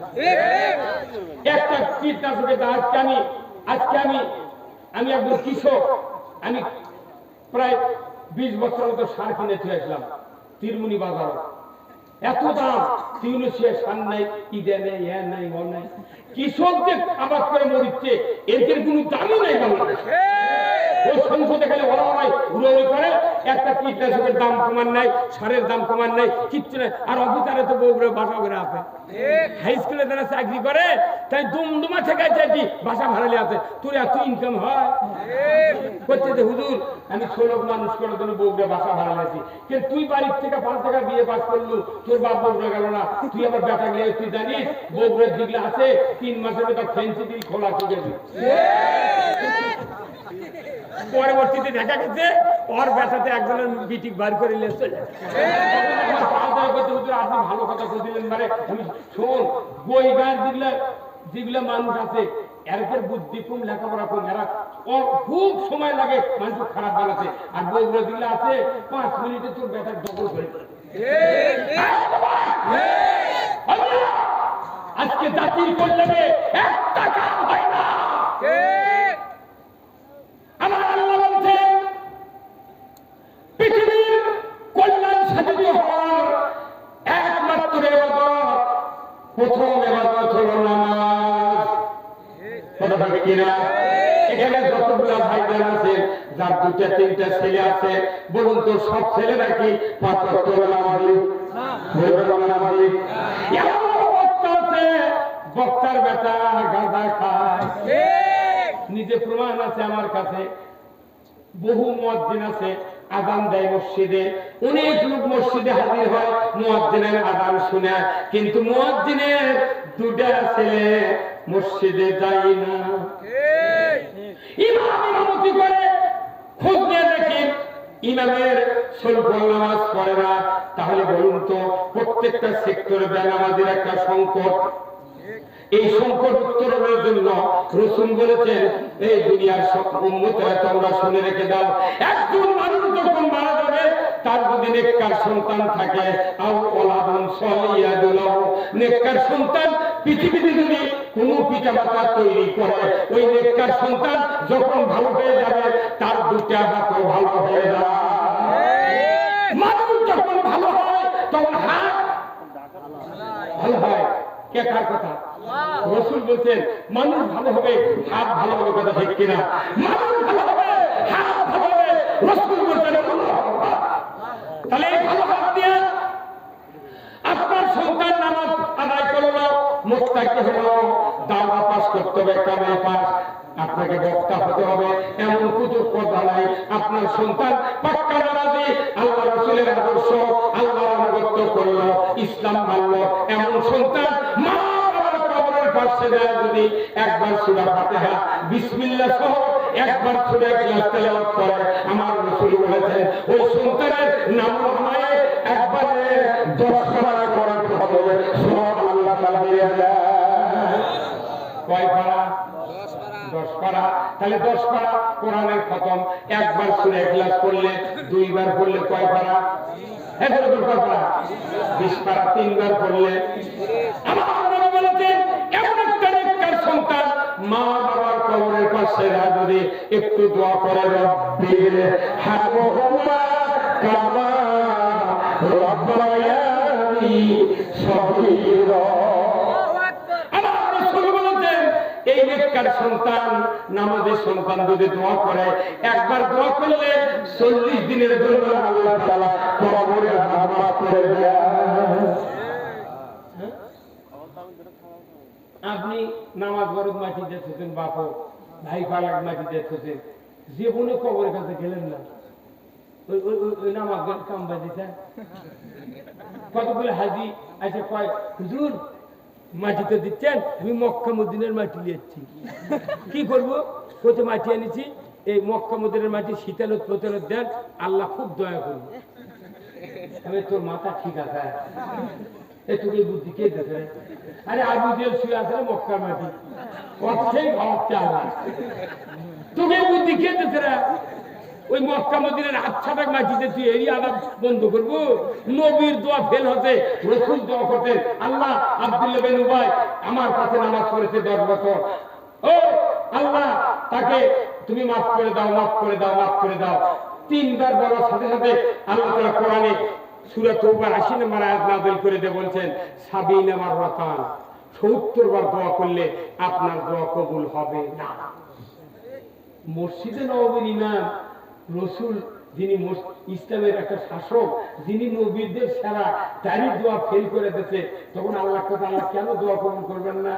আল্লাহ কাছে এর নামাজ ভালো, রোজা ভালো, পাগড়ি ভালো, জুব্বা ভালো, এর দোয়া করুন, হ্যাঁ তোমরা আপনার পেছনে নামাজ পড়েছে সব ভালো, কিন্তু এর এক মধ্যে একটা দোষ ছিল, এই কোরআন বিজয় চাইনি।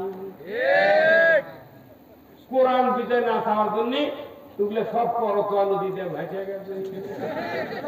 নবীর কথা কইয়া, নবীর কথা কইয়া সবাই কান্দে, কিন্তু নবীর সমাজ গড়ার কাজে শত দ্বন্দ্ব মনে বাঁধে। আমার তো ধীরে লাগা, জোরে হল যাওয়া, জোরে বল ঠিক।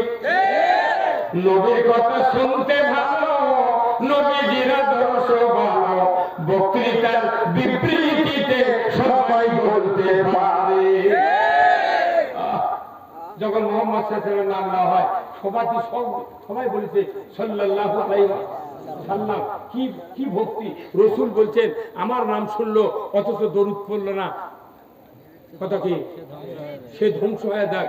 আপনাদেরকে আল্লাহ কল্যাণ দিয়েছেন, দান করি কোন আমি রাসূলের নাম শুনে দরুদ পড়ি, আমার ভুলে গেলে মাথা খোঁজে চোখর ডলে দিই, ওই রাসূলের আবার শাসনের বিরোধিতা করি, তাহলে তো চোখর আঙ্গুল থেকে লাভ কি? সন্ধ্যা করে লাভ কি? কথা বলে রে, হাইরে পাগলে বলের সাইকেলের ভল টিউব নেই তুই খালি পাম্প করিচ্ছি কিয়ামত হয় দেখি টিউব শক্ত হবে না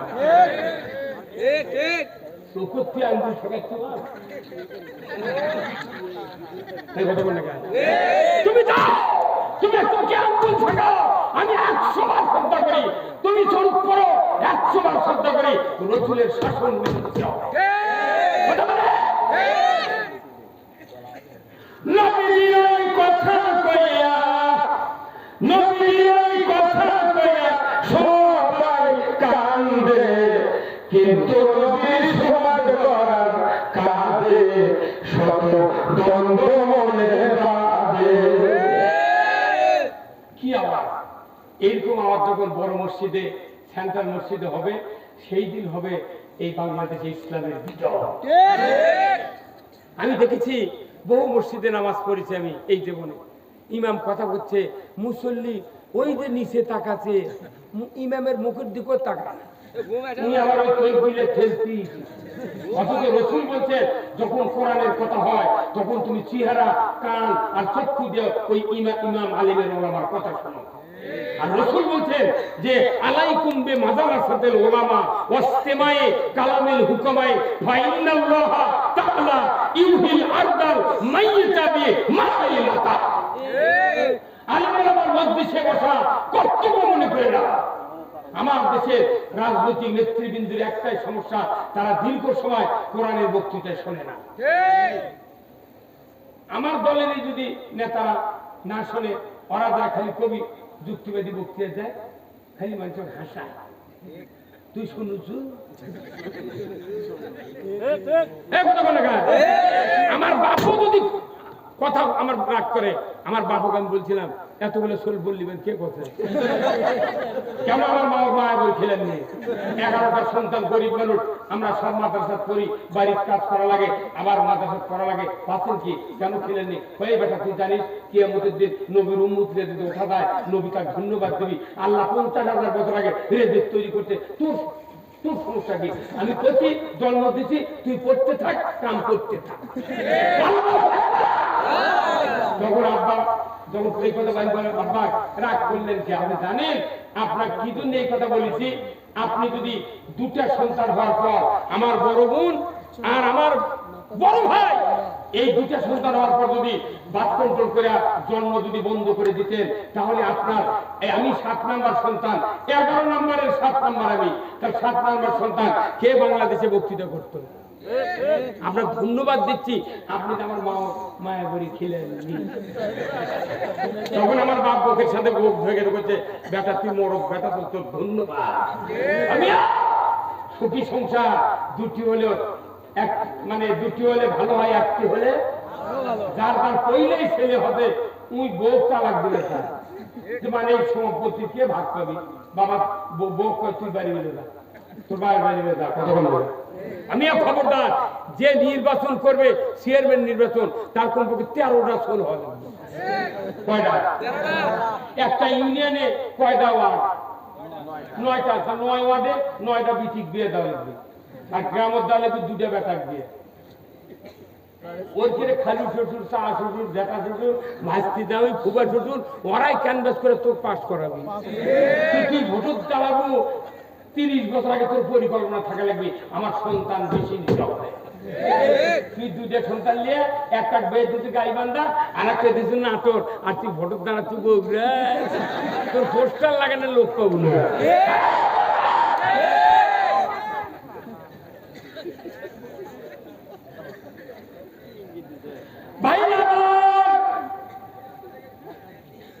নবীর কথা শুনতে ভালো নবীজির আদর্শ ভালো বক্তৃতা বিবৃতিতে সবাই বলতে পারে আহ দয়ার নবী ইয়া রাসূলুল্লাহ আহ সোনার মদিনা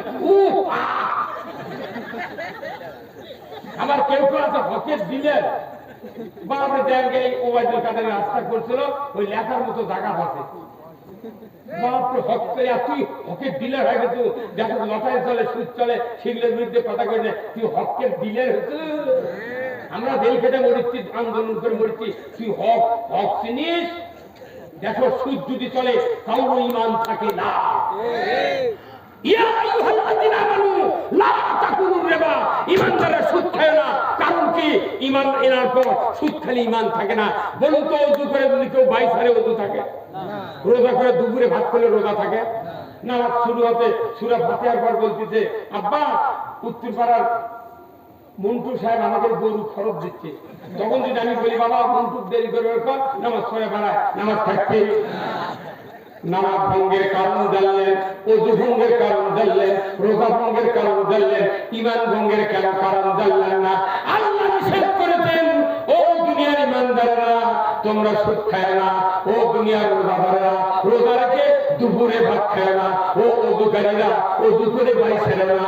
ও দুনিয়ার নামাজীরা নামাজের মধ্যে সূরা কারাত ছাড়া, তাসবিহ তাহলিল, দোয়া ছাড়া কোনো কথা বলিও না। নামাজ থাকবে না, রোজা থাকবে না, ওযু থাকবে না। তুমি শুধু ঈমান আনার পর সুদ খাও, ঈমানও থাকবে না। তাহলে এই যে দেখো যত ব্যাংকার আছে, এই বগুড়া বাংলাদেশ ব্যাংকের এক্সিকিউটিভ ডাইরেক্টর শাহিন আলম আমার বাড়িতে গেছিল। ওনার পুরো ফ্যামিলি ঢাকা থেকে আমার ভক্ত বক্তৃতা শুনে আমাকে একদিন ফোন করে বলছে, হুজুর আপনার দেখবার যাবো। এমন হাসি হাসি। উনি যায় আমার বাড়িতে শুক্রবারে আমার মসজিদে কিছু কথা বলালাম, আমার সাথে দেখা। হুজুর আপনার কোনোদিন আমি চর্মচোখে দেখিনি, খালি ফেসবুকে। আপনি বসেন, ভাত খাওয়ালাম, সব করলাম। ভাই আপনি তো অর্থনীতিবিদ, আপনি একটা বাংলাদেশ ব্যাংকের এক্সিকিউটিভ ডাইরেক্টর, আপনার জীবনে যত চাকরি করেছেন, বিভিন্ন ভাবে সরকারি কর্মচারী কর্মকর্তা অর্থনীতিবিদের সামনে অনেক প্রোগ্রাম আপনি করেছেন। আপনি আমাকে একটা তথ্য দেন তো, কোন অর্থনৈতিক ব্যাংকারেরা বড় বড় ম্যানেজার যারা ডাইরেক্টর আছে অর্থনীতিতে সুদ হারাম করেছেন, কোন প্রোগ্রামে কি আপনার কলিগেরা কোনদিন প্রতিবাদ দিয়েছে? উনি বলছেন না। তাহলে আপনি কিসের এক্সিকিউটিভ ডাইরেক্টর? ওই কথা, ওই প্রতিবাদ আমি যখন দিচ্ছি আপনারা আমার ঘরে ঢেলে তুলছেন, আর আপনার ক্ষমতা আছে, আপনি বললেন না আমরা এই ক্ষমতা আল্লাহকে দিতে চাই। আল্লাহর ক্ষমতা আল্লাহকে দিয়ে দেব। আজকে রোজা হারা, সুদ হারা নয়, সুদ নিয়ে আমরা ব্যস্ত আছি। কে যাবে জান্নাতে? এত মানুষের বিচার হবে না। সূরা কফ 26 পারা খুলে দেখেন, আমার আল্লাহ বলছেন আলকিয়া ফিহা জাহান্নামা কুল্লু কাফফারিন আনিব। কিয়ামতের দিন আল্লাহ হুকুম দিবে, আজকে হাসরের ময়দানে 5টা দরজা আছে, একে ধরো জাহান্নামে নিক্ষেপ করো। ভাইলে দিতে দিতে দিতে যখন ময়দান ফাঁকা হবে তখন তুমি এই কদমে গিয়ে এরকে দিতে হবে। জিজ্ঞাসা ছাড়া, হিসাব ছাড়া, মিজান ছাড়া আল্লাহ তাআলা হিসাব না করি পুরো ময়দান ক্লিয়ার করবি। অথচ আল্লাহ কোরআনে বলছেন ওয়াল ওয়াজনু ইয়াউমাইযিনিল হক। কি বলেন না? ওজন করার দিনটা সত্য। ফাম্মা মান সাকুলাত মাওয়াজিনুহু ফাহুয়া ফি ঈশাতির রাদিয়া। নেকির পাল্লা যার ভারী হবে সে জান্নাতে যাবে। কোথায় এই বক্তব্যগুলো? কোরআনই পৌঁছে যাচ্ছে, কোরআনই থেকে যাচ্ছে। জাতির কল্যাণে আমরা ব্যবহার করতে পারছি না। আমরা মসজিদে বক্তৃতা দিই, এলো সার্কুলার, মাহফিলে বক্তৃতা দিই, এলো সার্কুলার, কোটি কোটি সার্কুলার আকাশে ইথারে ভাসতেছে। এখন একটা বক্তা আমার নাম লেখেন, ওই জায়গা থেকে সার দেন, দেখবেন আমার নামে হাজারো বক্তৃতা ডাউনলোড করে চলে এসে বক্তৃতা তো ঘুরিচ্ছে পাগলের লাগা। এই কোরআনের কথাগুলা সব ইচ্ছার মধ্যে ঘুরতেছে, অথচ ওইগুলো ঘুরিয়ে ঘুরিয়ে হাফসাদা ওই বক্তৃতায় লানত করতেছে জাতির উপরে। তাহলে এই কথাগুলো আমরা কতদিন হলে সার্কুলার দিচ্ছি, কোনদিন এই সার্কুলার কায়েম হতে কেন হয়নি? না না, ক্ষমতা নেই আমাদের। কি নাই? ক্ষমতা নাই। আর ক্ষমতা ছিল দীপুমনির হাতে। তাই করে ব্যাঙ্গেল লাগান লাপান শিখাও, আলু ভর্তা করা শিখাও, বিছনা পাড়া শিখাও। তিরিং তিরিং সাইকেল চালা। এই এতদিন মানে সাইকেল চালা শেখেনি। গোয়ালদিতে হাওড়া স্কুলের মোট সাইকেল সারা বগুড়া বিক্রি হতে শেখা লেগেছে নি দীপুমনির থেকে। ব্যাং লাফাবি গাড়ির মধ্যে মানুষ শেখা লাগবে কে? গোলাপি রঙের একটা শার্ট গাও দেয়, কালো রঙের প্যান্ট ফিন দেয়, একটা প্রাইভেট মাস্টার করছে তিরিং তিরিং সাইকেল চালা। তোর লজ্জা করে না? তুরি তুরি কোথায় সাইকেল চালা লাগবে? এখন কত টাকা বড় কত সাইকেল চালান ঠিক আছে, জাতি ধ্বংস হয়ে যাচ্ছে। নামাজ নাই, নামাজ কায়েম করে নাই, সুদ বাদ নাই, পর্দা সাল নাই, জেলা বন্ধ নাই, চুরি বন্ধ নাই, দেশের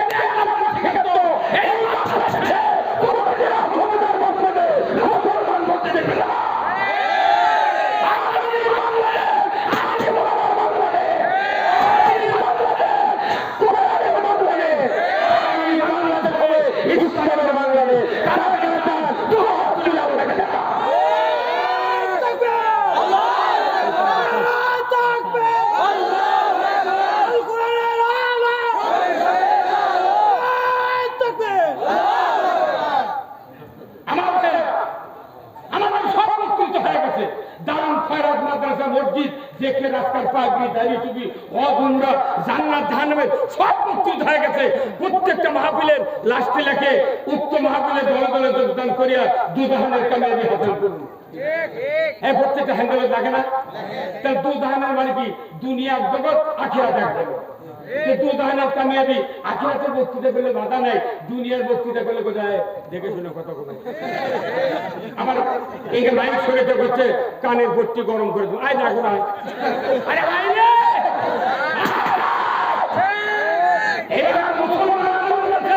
মুসলমান শিক্ষা দিয়ে দেবে। এইবার যদি বাংলাদেশে ইমানদাররা ভুল করে 4000 বছরে এই পজিশনে আর আমরা যাতে পারবো না। এইবার যদি আমরা সিদ্ধান্ত নিতে ভুল করি, এইবার মুনাফিকের পরিচয় হবে। কি কথা ঠিক কিনা? কোথায় মুসলমান? আমরা আল্লাহর কথা বলবো। যত রাজনীতি দ্বারা করে করুন, আমার আপত্তি নাই। বিএনপি 100 সিট, 12 দল ইসলামী দল 12টা 200 সিট, এই 300 সিট নিয়ে বাংলাদেশ যদি ইসলাম বিজয় করা যায়, একটা বিএনপি তোমার ইসলাম দিয়ে চালাও, আর একবার কোনো জামাত তুমি চালাও, আর একবার মামুনুল হক কমো তুমি চালাও। কি আপত্তি আছে? এইবার পেলাপিলি করার সুযোগ নাই। আমার আঙ্কেল চারটে নাই গেলে ঘুরলো না যে তোর সাধু তোর কাবিল দেখি, আর মামুনুল হক যখনই একটা বউলে ঘুরে গেছে তোর কাবিল দেখি। তুই কাবিল দেখার কে রে? তুই কে রে কাবিল দেখার রে? আমি বিবাহ করার 12 বছর আগে ইমামতি করি, 40 বছর আগে আমি বিয়ে করেছি, আমি 201টা বিয়ে করেছি এই জীবনে। আমার বাপ আর আমি একসাথে বক্তৃতা করছি হ্যান্ডবেলে। 40 বছর আগে যে লোকের বিয়ে করেছি তার একটা সন্তান হচ্ছে, ছেলে সন্তান। ওই সন্তান 13 সালে আমার নামে মামলা করছে। আমি মনের দুঃখেও সিদ্ধান্ত নিয়েছি বিয়ে আর করাবো না। দেখি তোরা বউ পাশে আগে তুলে সোল হয় আমি আমাকে রূপে বিয়ে করে নেবো, মিলাদ করে নেবো, কাপড় কেটে নেবো, জানাজা করে নেবো, আর তারাবি করে নেবো, ঈদের নামাজ পড়ে নেবো। আর আমার আবার কথা হক করলে তুই জেলখানা তুলবো, ওই ধান্দা বাংলাদেশে আর কোনোদিন সফল হবে না। যদি আপনারা এখন ঠিক থাকে, বাংলাদেশের যে গতি বিশ্ব পরিস্থিতি থেকে আমরা শুনতে পাচ্ছি, ইনশাল্লাহ টুডে অর টুমরো এইবার বাংলাদেশের ইমানদারের সিদ্ধান্ত সঠিক হবে। আপনার দায়িত্ব বদরের যুদ্ধে 317 জন সাহাবী সিদ্ধান্ত নিয়েছিলেন আমাদের রক্ত লাগাবে, জীবন লাগাবে, মদিনার মাঝে ঢুকে দেব। এই সিদ্ধান্ত নেওয়ার কারণেই আল্লাহ তাআলা আসমান থেকে 5000 ফেরেশতা দিয়ে সাহায্য করেছিলেন। আমার দেশের ইমানদারের কাছে আমার অনুরোধ, সিদ্ধান্ত নেন, স্ত্রী ছেলে মেয়েদের সিদ্ধান্ত নেন, আপনি ইসলাম বিজয় করবেন, আল্লাহ তাআলা আপনার জীবনের সব গুনাহ মাফ করে দেবেন। ইসলাম বুঝানোর দায়িত্ব ইমামদের, আলেমদের, কথা ঠিক কিনা? কিন্তু আমরা তো তা বুঝাচ্ছি না। তাহলে ইসলাম অর্থ কি বলেন তো?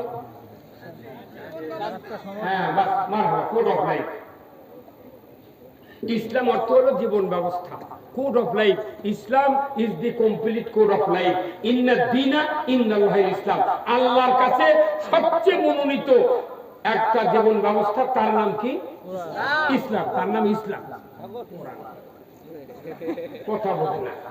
আল্লাহর কাছে সবচেয়ে প্রিয় জীবন ব্যবস্থা, তার নাম ইসলাম। ইসলাম অর্থ হলো জীবন ব্যবস্থা। এটা মানলে শান্তি, না মানলে অশান্তির পারাপার। আমাদের দেশে ইসলাম নাই। টেকনাফ থেকে তিতুলিয়া পর্যন্ত, সুন্দরবন থেকে পাঁচুলিয়া পর্যন্ত একজন মুসলমান পাওয়া যাবে না। ইমানদার আছে, মুসলমান না। ইসলাম মানলে মুসলমান। অথচ আমরা বলি আল্লাহ হুজুরের ডাক আমার ভাই যে হুজুর দোয়া করবেন যাতে ইমান নিয়ে মরবেন পারি। ইমান নিয়ে মরার কথা কোরআনের কোথাও নাই, হাদিসও তো নাই। আল্লাহ বলেছেন ইল্লা আনতুম মুসলমান হয়ে মরো। তাই ইসলাম মানলে মুসলমান হওয়া যায়। মুসলমান হয়ে মরার যদি দোয়া দেওয়া লাগবে, ইমান নিয়ে মরা বাংলার জমিনে কারোর সাধ্য নাই। সুদ চলে, ঘুষ চলে, জানা চলে, ইমান নিয়ে মরা যাবে।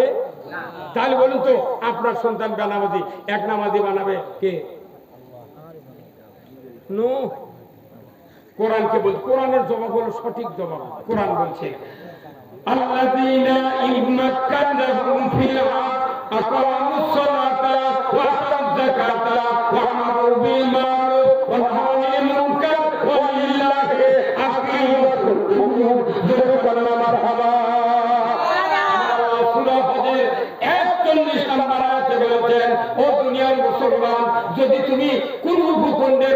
প্রধানমন্ত্রী হও, সরকার হও, প্রেসিডেন্ট হও, ক্ষমতায় যাও, তুমি যদি জমিনের কর্তৃত্ব হাতে পাও, তুমি 4টা আইন চালু করবে।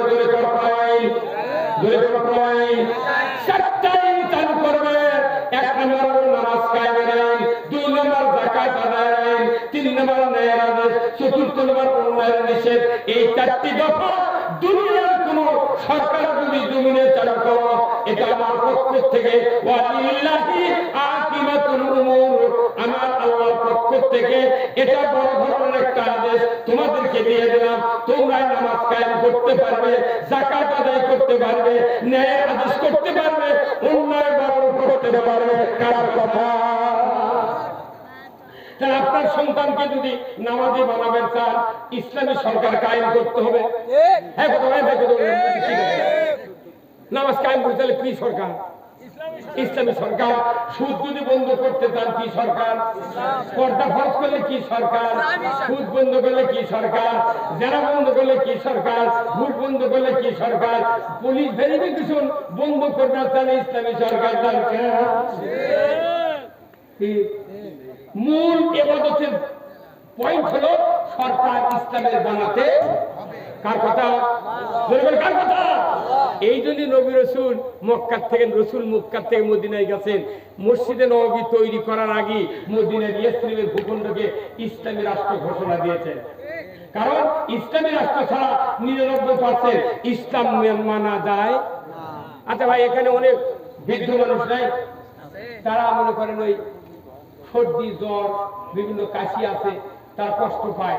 এই লোকগুলো বলুন তো, ফজরে আযান শুনে মনে মনে পায় শরীরটা যদি অসুস্থ না হতো আমি মসজিদে যেতাম, কিন্তু ওযু করবার যা থেকে বড় বড় হতো পানি, ওই তখন কয় মনে মনে আল্লাহ যদি একটা বিধান দিত, আগে নামাজ পড়লো, দুপুরে ওযু করলো। কত মনে গা আগে নামাজটা করে নিল, যখন সকালবেলা সূর্য উঠবি 10টা-11টার দিক ফাইন করে ওযু করবো। আল্লাহ নবী কত 3 বার ধুবে, 9 বার ধুবো। নামাজ হবি হবি। তাহলে ওযু না করলে নামাজ হয় না। তাহলে ওযু আগে, তারপরে আমার নবী মদিনায় হিজরত করলেন। হিজরত করার পর উনি মসজিদ, মাদ্রাসা, জিকির আজকার, দাড়ি টুপি যুগ্ম অজন্মার কথা না বলে আগে ইসলামী রাষ্ট্র ঘোষণা দিলেন। তার কারণ কি? রাষ্ট্র শক্তি যদি কোরআনের পক্ষে না হয়, এই জায়গাতে ইসলাম মানা যায় না। এই দিন আগে ইসলাম কায়েম করে ইসলামী রাষ্ট্র ঘোষণা দেয়া, ওই রাষ্ট্রের সেনাপতি, ওই রাষ্ট্রের শাসক নবী নিজে হলেন। তারপরে ইসলাম চালু করলেন। তাহলে ইসলামের রাষ্ট্র ছাড়া 99% ইসলাম মানা যায় না। কথা দেখছি না ভাই। এটা আপনাকে দেখি গিরিলের দোকান আছে, গিরিলের দোকানে দেখবেন ওখান থেকে মিটার থেকে একটা লাইন নিয়ে আসা ওই ঝালাই মিশিয়ে এক কানি দিয়ে ঢুকে দিয়েছে, দিয়ে কারেন্টের লাইন ঢুকে দিয়েছে। এই দিক থেকে আবার 2টা লাইন বের করছে। একটা লাইনের মাথা 336 তারের মাথা, এত একটা পাতি কিংবা এত একটা রড প্যাঁচ করে ওটি গ্রিল দিয়ে ঢালাই করবি, তার উপর দোষে ফেলে সাইকেলের উপর মেশিনের বডির উপর ফেলে দিচ্ছে, ওটা ঢালাই করবি, তার উপর ফেলে দিচ্ছে। এই লাইনের নাম কি? আর্থিক। আর আরেকটা লাইন এই কানির থেকে বার করে ইঙ্গে গোল সিংটা তার উপর RFL-এর 1.5 ফুটে একটা কাঠি ইঙ্গে করে ধরছে, ধরে ওটি সুইচ দিয়ে তখন ওই কাঠি দিয়ে আসে এইরকম রডের উপর ইঙ্গে করে ধাক্কা মারে, তখন ফাঁক করে আলো ফুরুঙ্গি বাড়ায়। তখন এই কারেন্টের এই আলো দেখে তখন ওই রড আর ওই পাখি কয়, ভাই আমার গাও তো এমনি 1 কোটি ফোটা আছি, তুই আমার কষ্ট দিচ্ছ কে? তখন ওই মালিক কয়, না দেখি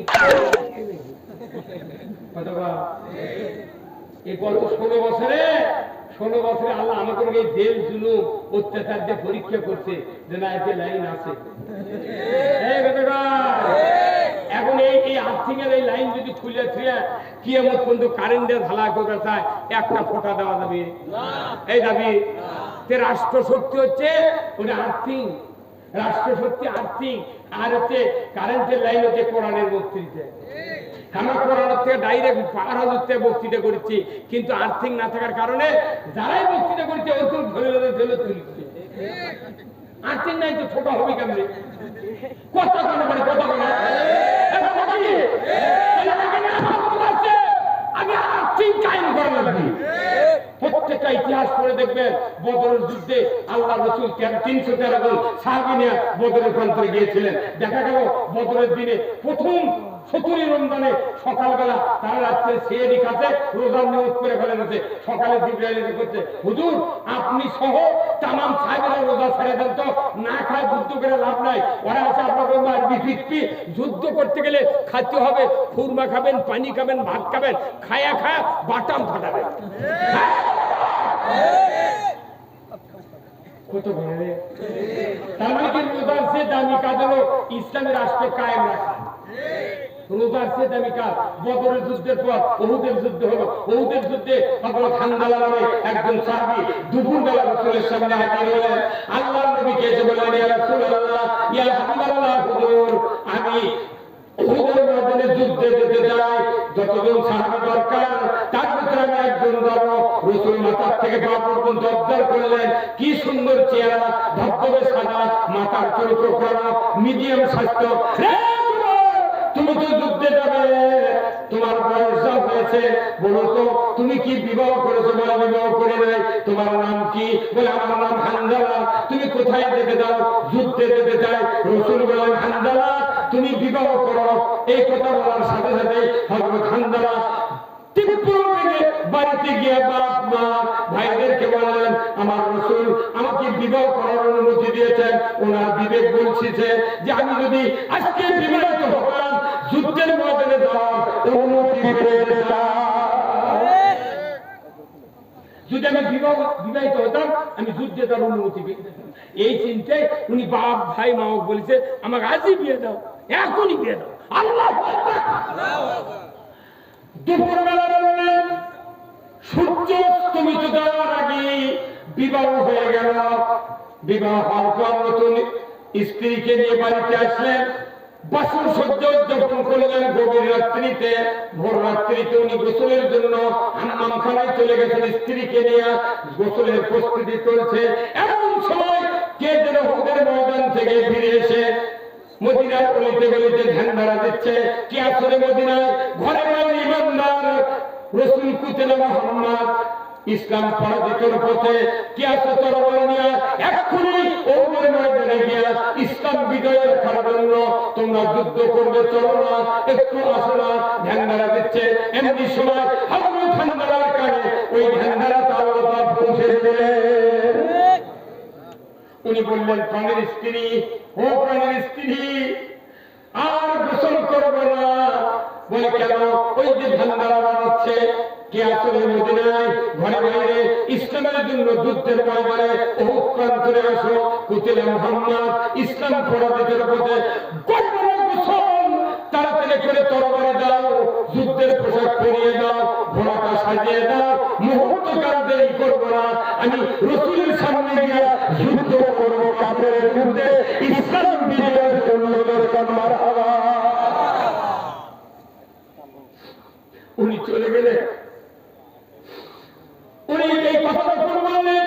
প্রাণের স্ত্রী বললেন, প্রাণের স্বামী, আমি আপনাকে বলছি আপনার উপর গোসল ফরজ, ফজরের নামাজ আছে, আপনি কেমন করে এইভাবে যাবেন? আপনি গোসল করেন, নামাজ আদায় করেন, তারপরে উহুদের ময়দানে যাবেন। আমি ঘোড়া ছেড়ে দেব, আমার কোনো তরফ থেকে বাধা দিব না, আপনি নির্বিঘ্নে চলে যাবেন। ওই বগুড়ার নন্দীগ্রাম ওই দিক থেকে আছে, বগুড়া 7 পাতা মিছিল করছে, সেরেগাদি থেকে মিছিল করছে। আর এখানে মানুষ চোখ মেলে দেখিছে,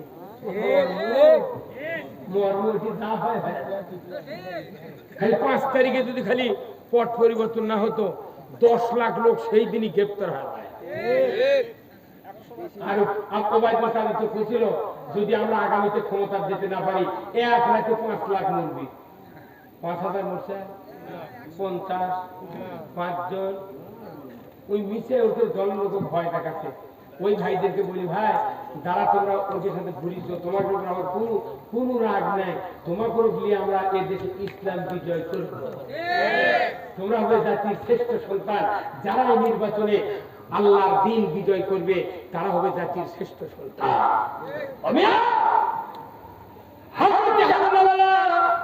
বললেন, প্রাণের স্ত্রী, আমি গোসল করতে গিয়া যদি নবী শহীদ হয়ে যান, ওদের প্রান্তরে যদি ইসলাম পরাজিত হয়ে যায়, আমি হানজালাকে ওই হাসরের ময়দানে জবাবদেহি কাঠগড়ায় দাঁড়াতে হবে। আমি গোসল করব না, আমি যুদ্ধে যাব। তরবারি নিলেন, পোশাক নিলেন, ঘোড়া নিলেন, চলে গেলেন। যুদ্ধ করতে করতে এক পর্যায়ে কাপড়ের আঘাতে ধরাশায়ী হয়ে শাহাদাত বরণ করলেন। মদিনায় খবর গেল, ও হানজালার স্ত্রী, তোমার স্বামী শাহাদাত বরণ করেছেন, তাড়াতাড়ি করে দেখো কি খবর। হযরত হানজালার স্ত্রী শুনে দৌড়ে চলে গেলেন উহুদের প্রান্তরে। নবীর তাবুতে গিয়ে বলেন, হুজুর, আমার স্বামী হানজালা শাহাদাত বরণ করেছেন, আমি শুনতে পাইলাম। আপনি একটু আমার স্বামীর লাশটা দিয়ে দেন, আমি সহজে গোসল করা দেবো, কারণ শরীরের রক্তাক্ত অবস্থায় মাথুন করেন। আমি বলছি আমার স্বামীর উপর গোসল ফরজ করে গোসল করে নাই, দয়া করে লাশটা দিয়ে দেন, আমি গোসল করবো। রাসূল বললেন, হযরত হানজালাকে আমি নিষেধ করেছি যুদ্ধের ময়দানে তুমি বিবাহ করো। বলে, হ্যাঁ, বিবাহ করেছে আমার সাথে আল্লাহর নবী, আপনার সাহাবী বাসর সহ্য উদযাপন করেছে, কিন্তু গোসল করে নাই। আমার এই খবরটা আপনাকে দিলাম। আল্লাহর রাসূল আবু বকর, ওমর, ওসমান আলীকে বললেন, দেখো না উহুদের ময়দানে কতজন সাহাবী শাহাদাত বরণ করেছেন। এক এক করে 69 জন সাহাবীর লাশ কাতারবন্দি করে সরা দিলেন। রাসূল নিজে সে উদ্ধার করছেন, কোথাও তার চেহারা দেখতে পেলেন না। এইবার বারবার রাসূল বলছেন, কই তোমার স্বামীর লাশটা কই, কোথায় গেল হানজালা? উনি বলছেন, ওয়াল্লাহি, আল্লাহর কসম, আমি তরবারি দিয়েছি, যুদ্ধের পোশাক দিয়েছি হুজুর, আমি বলছি আমার স্বামী এখানে এসেছেন। আল্লাহর রাসূল একবার সমুদ্রের দিকে তাকালেন, আকাশের দিকে তাকালেন। আল্লাহ তাআলা বুঝতে পারলেন নবীজি আমার পক্ষ থেকে খবর দাও। আল্লাহ বললেন, জিবরাইল কোথায়? জিবরাইল সালাম বলেন, লাব্বাইক, আমি হাজির। ও জিবরাইল, তুমি তাড়াতাড়ি করে চলে যাও উহুদ প্রান্তরে। ওই যে আমার হাবিব পেরেশানি ভোগ করছেন, হযরত হানজালা শাহাদাত বরণ করেছেন, তার স্ত্রী প্রতিবাদ দিচ্ছে, দাবি দিচ্ছে, আমার স্বামীর লাশটা দিয়ে দেন, গোসল করাবে। হে জিবরাইল, আমার হাবিবকে গিয়ে বলো যে হানজালা ফজরের নামাজ পড়ে নাই, ফরজ গোসল করে নাই। ফজরের নামাজের 2 ফরজ, ফরজ গোসলের 3 ফরজ, সর্বমোট কয় ফরজ? 5টা ফরজ তরক করে জীবন দিয়া মদিনার ইসলামী রাষ্ট্র ধরে রাখার জন্য যুদ্ধ করে শহীদ হয়েছেন। আমি আল্লাহ তাআলা যুদ্ধের কারণে, এত প্রতিজ্ঞার কারণে আমি খুশি হয়েছি। আসমানের ফেরেশতা দিয়া উহুদ প্রান্তর থেকে তার লাশটা সকলের দৃষ্টির অবতরে আমি এনে হাউজে কাউসারের পানি দিয়া গোসল করার হুকুম দিয়েছি। ও জিবরাইল, আমার হাউজে কাউসারের পানি দিয়া গোসল করা, জান্নাতি কাফন দিয়া তাকে উহুদের ময়দানে আমি পাঠায় দেব। আমার হাবিব যেন পেরেশানি ভোগ না করে, আর সকলের দৃষ্টি উহুদের ময়দানে হযরত হানজালা পৌঁছে যাবে। ভাইরা, এত বড় সুখবর হানজালার ভাগ্যে মেরে দিলেন কে? ওই আল্লাহ এখনো আছে। হ্যাঁ, খালি কোরআন বিজয় নাই, ওই সময় যুদ্ধ হয়েছে তরবারি দিয়া, তীর ধনুক দিয়া। আর বাংলাদেশে এত সস্তা যুদ্ধ, 3 দিকে ছালা, একদিকে দুয়ার, একদিকে মুখ, হাতের বাহাতে থাকবে ব্যালট, ডান হাতে থাকবে সিল, কিরামান কাতিবিন, আর আল্লাহ ছাড়া কেউ দেখে না। এমন জায়গায় 4টা পর্যন্ত কিল মারবেন, 5টার আগে যার যার মতো টোপলা গুছে বাড়ি যাবে। যত মানুষ নামের আগে মুখ বদলাকে, আমি দেখেছি একটা হুজুরকে বলতে, হুজুর ইসলাম বিজয় করা দরকার। ওই কাছে তো মুসলিম দাঁড়িয়ে আছে, আমি বুঝতে পারিনি। লুঙ্গি পরে আছে, বোঝা যায় গলা তো কিছু নেই, নাক মুখ তো কিছু কোনো দাগ নেই। এখন ওই ওই হুজুর করতে এত তাড়াতাড়ি হবে? বাপরে বাপ, এত তাড়াতাড়ি হবে? 2 আলিফের মধ্যে এত তাড়াতাড়ি হবে? সাথে সাথে অমুসলিম ভাই নাম হলো কালা, কালাসান, কালো করে তো কালাসান, বাড়ি হলো 4 নম্বর ইউনিয়ন, ভাতগ্রাম গ্রাম। গ্রামের নাম হলো চানপুরা। গ্রামের নাম কি? চাঁদপুরের নাম হলো কালাচাঁদ। এই অমুসলিম ভাই করতে, হুজুর তুমি জানো না ইসলাম হলো সকল ধর্মের জন্য উপযোগী বিধান। ইসলাম হলো সকল ধর্মের উপযোগী বিধান। আমার ইচ্ছা এদেশে যদি ইসলাম কায়েম হতো, আমাদের উপর অত্যাচার হতো না। অমুসলিম ইসলামের স্বাদ পাইতে চায়, কিন্তু মুসলমান ইমানদার দাবিদার ইসলামের স্বাদ দেখতে চায় না। আমার ভাইরা ওদের যুদ্ধে শহীদ হয়ে গেলেন, ওনার লাশটা পৌঁছে দেওয়া হলো। উমর ওসমান আলী এই মাত্র জিবরাইল বলে গেলেন অল্পক্ষণের ভিতর লাশটা এসে যাবে। লাশটা চলে আসলো, রাসূল বলেন আবু বকর দেখো না হযরত হামজার মাথার চুলের পরিস্থিতি। এই হাদিসটা বর্ণনা করেছেন হযরত হামজার মাথার চুল থেকে হাউজে কাউসারের পানি টস টস করে উহুদের মধ্যে ভরে যাচ্ছে। কোথায় মুসলমান? মুসলিম আমি সৈনিক, আমি চিরনবীর, আল্লাহকে ছাড়া কাউকে মানি না, নারী তকবীর।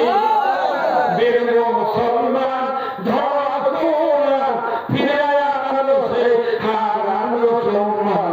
বীর মুসলমান নারী তকবীর, আল্লাহু আকবার তোলো ধ্বনি ধরায় আকবার।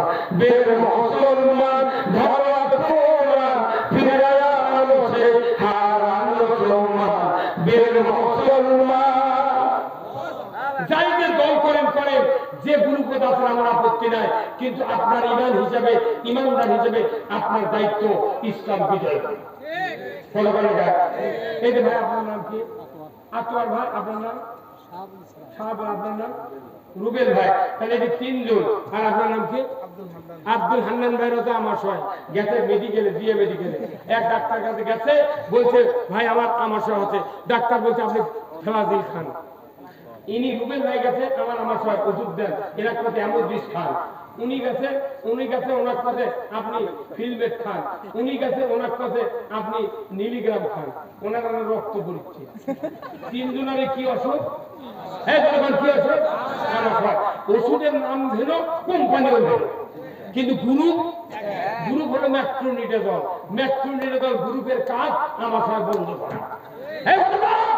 আমার বাংলাদেশে আওয়ামী লীগ কর, জাতীয় পার্টি কর, জাসদ কর, বিএনপি কর, জামাত কর, তবলিগ কর, খেলাফত মজলিস, ইসলামী আন্দোলন, শাসনতন্ত্র, চরমনায় যত দল আছে বাংলাদেশে 242টা দল আছে, নূরের থেকে শুরু করে একবার বিএনপি পর্যন্ত। 242টা দল কি মাশাআল্লাহ ইমানদার আছে না?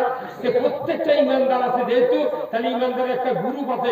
এই গ্রুপের নাম হলো মুমিন গ্রুপ। কি গ্রুপ? মুমিন। আর এটা হলো ম্যাট্রোনিডাজল গ্রুপ। ম্যাট্রোনিডাজল গ্রুপের ট্যাবলেটের কাজ হলো আমাশয় বন্ধ করা। আর ইমানদারের গ্রুপের মধ্যে যে একটা গ্রুপ মুমিন গ্রুপ, মুমিন গ্রুপের কাজ হলো ইসলাম বিজয় করা। কিন্তু আমরা তো সবাই ইমানদারের দাবিদার, কিন্তু ইসলাম তারা বিজয় চায় না, বিজয় করতে চায় না। চিন্তা করছেন আল্লাহর ইজ্জতের কসম, গোল্ডেন পেনের সিগনেচার গালাপট্টি থেকে একটা সোনার কলম মেনে নিয়েছে, আমার দিবেন কালি তুলে সেল দিয়ে দেবো, জীবনে কোন আবাদত কবুল হবে না।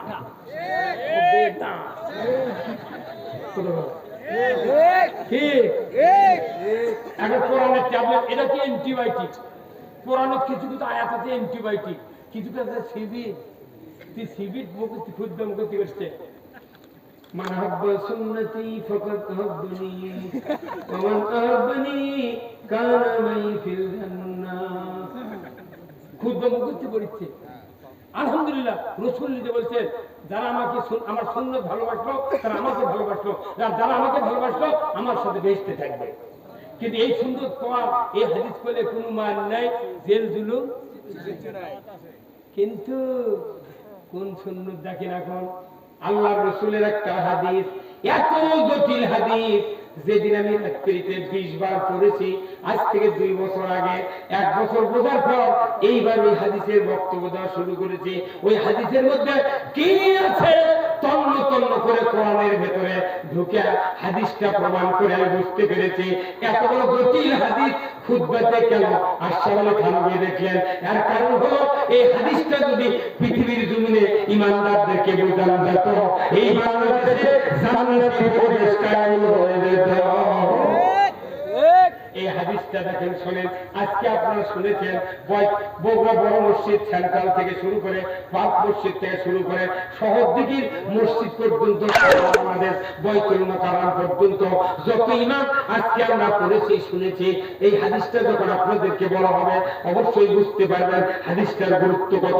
আমার রাসূল বলেছেন ওয়াসুলতানু বিল্লাহি মান আরদি, কথা ঠিক কিনা? ওয়াসুলতানু জিল্লুল্লাহি ফিল আরদি মান আহা সুলতানাল্লাহি ফিল আরদি আহানাহুল্লাহ। এই হাদিসটা কত লক্ষবার জুমার দিনে পড়া হচ্ছে, কিন্তু হাজার হাজার ইমাম আমরা তেলাওয়াত করেছি। আমি 100 জন ইমামকে 5 লিটার তেল খরচ করে একদিন পুরো থানা ঘুরেছি। 100 জন ইমামত বলেছি, মাত্র 4 জন ইমাম এর অর্থ বলেছে, ইমাম মুক্তাদিক কয়নি। আর 96 জন ইমাম জীবনে অর্থ হয়নি। 5 লিটার তেল পুরে 212 টাকা ঘুরেছি খালি তথ্য নেওয়ার জন্য। তথ্য যদি আমরা পড়ি খালি কিন্তু আমরা বুঝে পাইনি।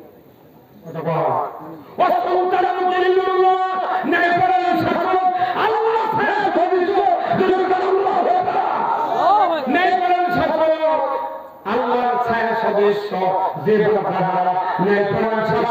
কায়েমের বিরোধিতা করবে সেটা আল্লাহর বিরোধিতা করলো। মারাত্মক হাদিস। নামাজ পড়ে হজ করে উমরা করে দেয়, ইসলামের রাষ্ট্র কায়েমের বিরোধিতা করছে। তাহলে তোর নামাজ কে কবুল করবি রে? কুরবানিতে 10 লাখ টাকা দেয়, তুই যে কলার ভুজা গামছা হাঁটাচ্ছু, হুজুর বিরাট কুরবানি দিচ্ছি, আল্লাহ কাছে তোর 4 আনার দাম নেই। তুই আমার বিরোধিতা করে বিটিক দিছি বিয়ে পালসার গাড়ি দেবো, বিকেলে দেরি হচ্ছে, দৈনিক বিটিক পেটে দাম গাড়ি দেবো। কথা বলে গা জীবনে দেবো না, বলতো বিটিক কমো, তুই ভাত খালে আইতো।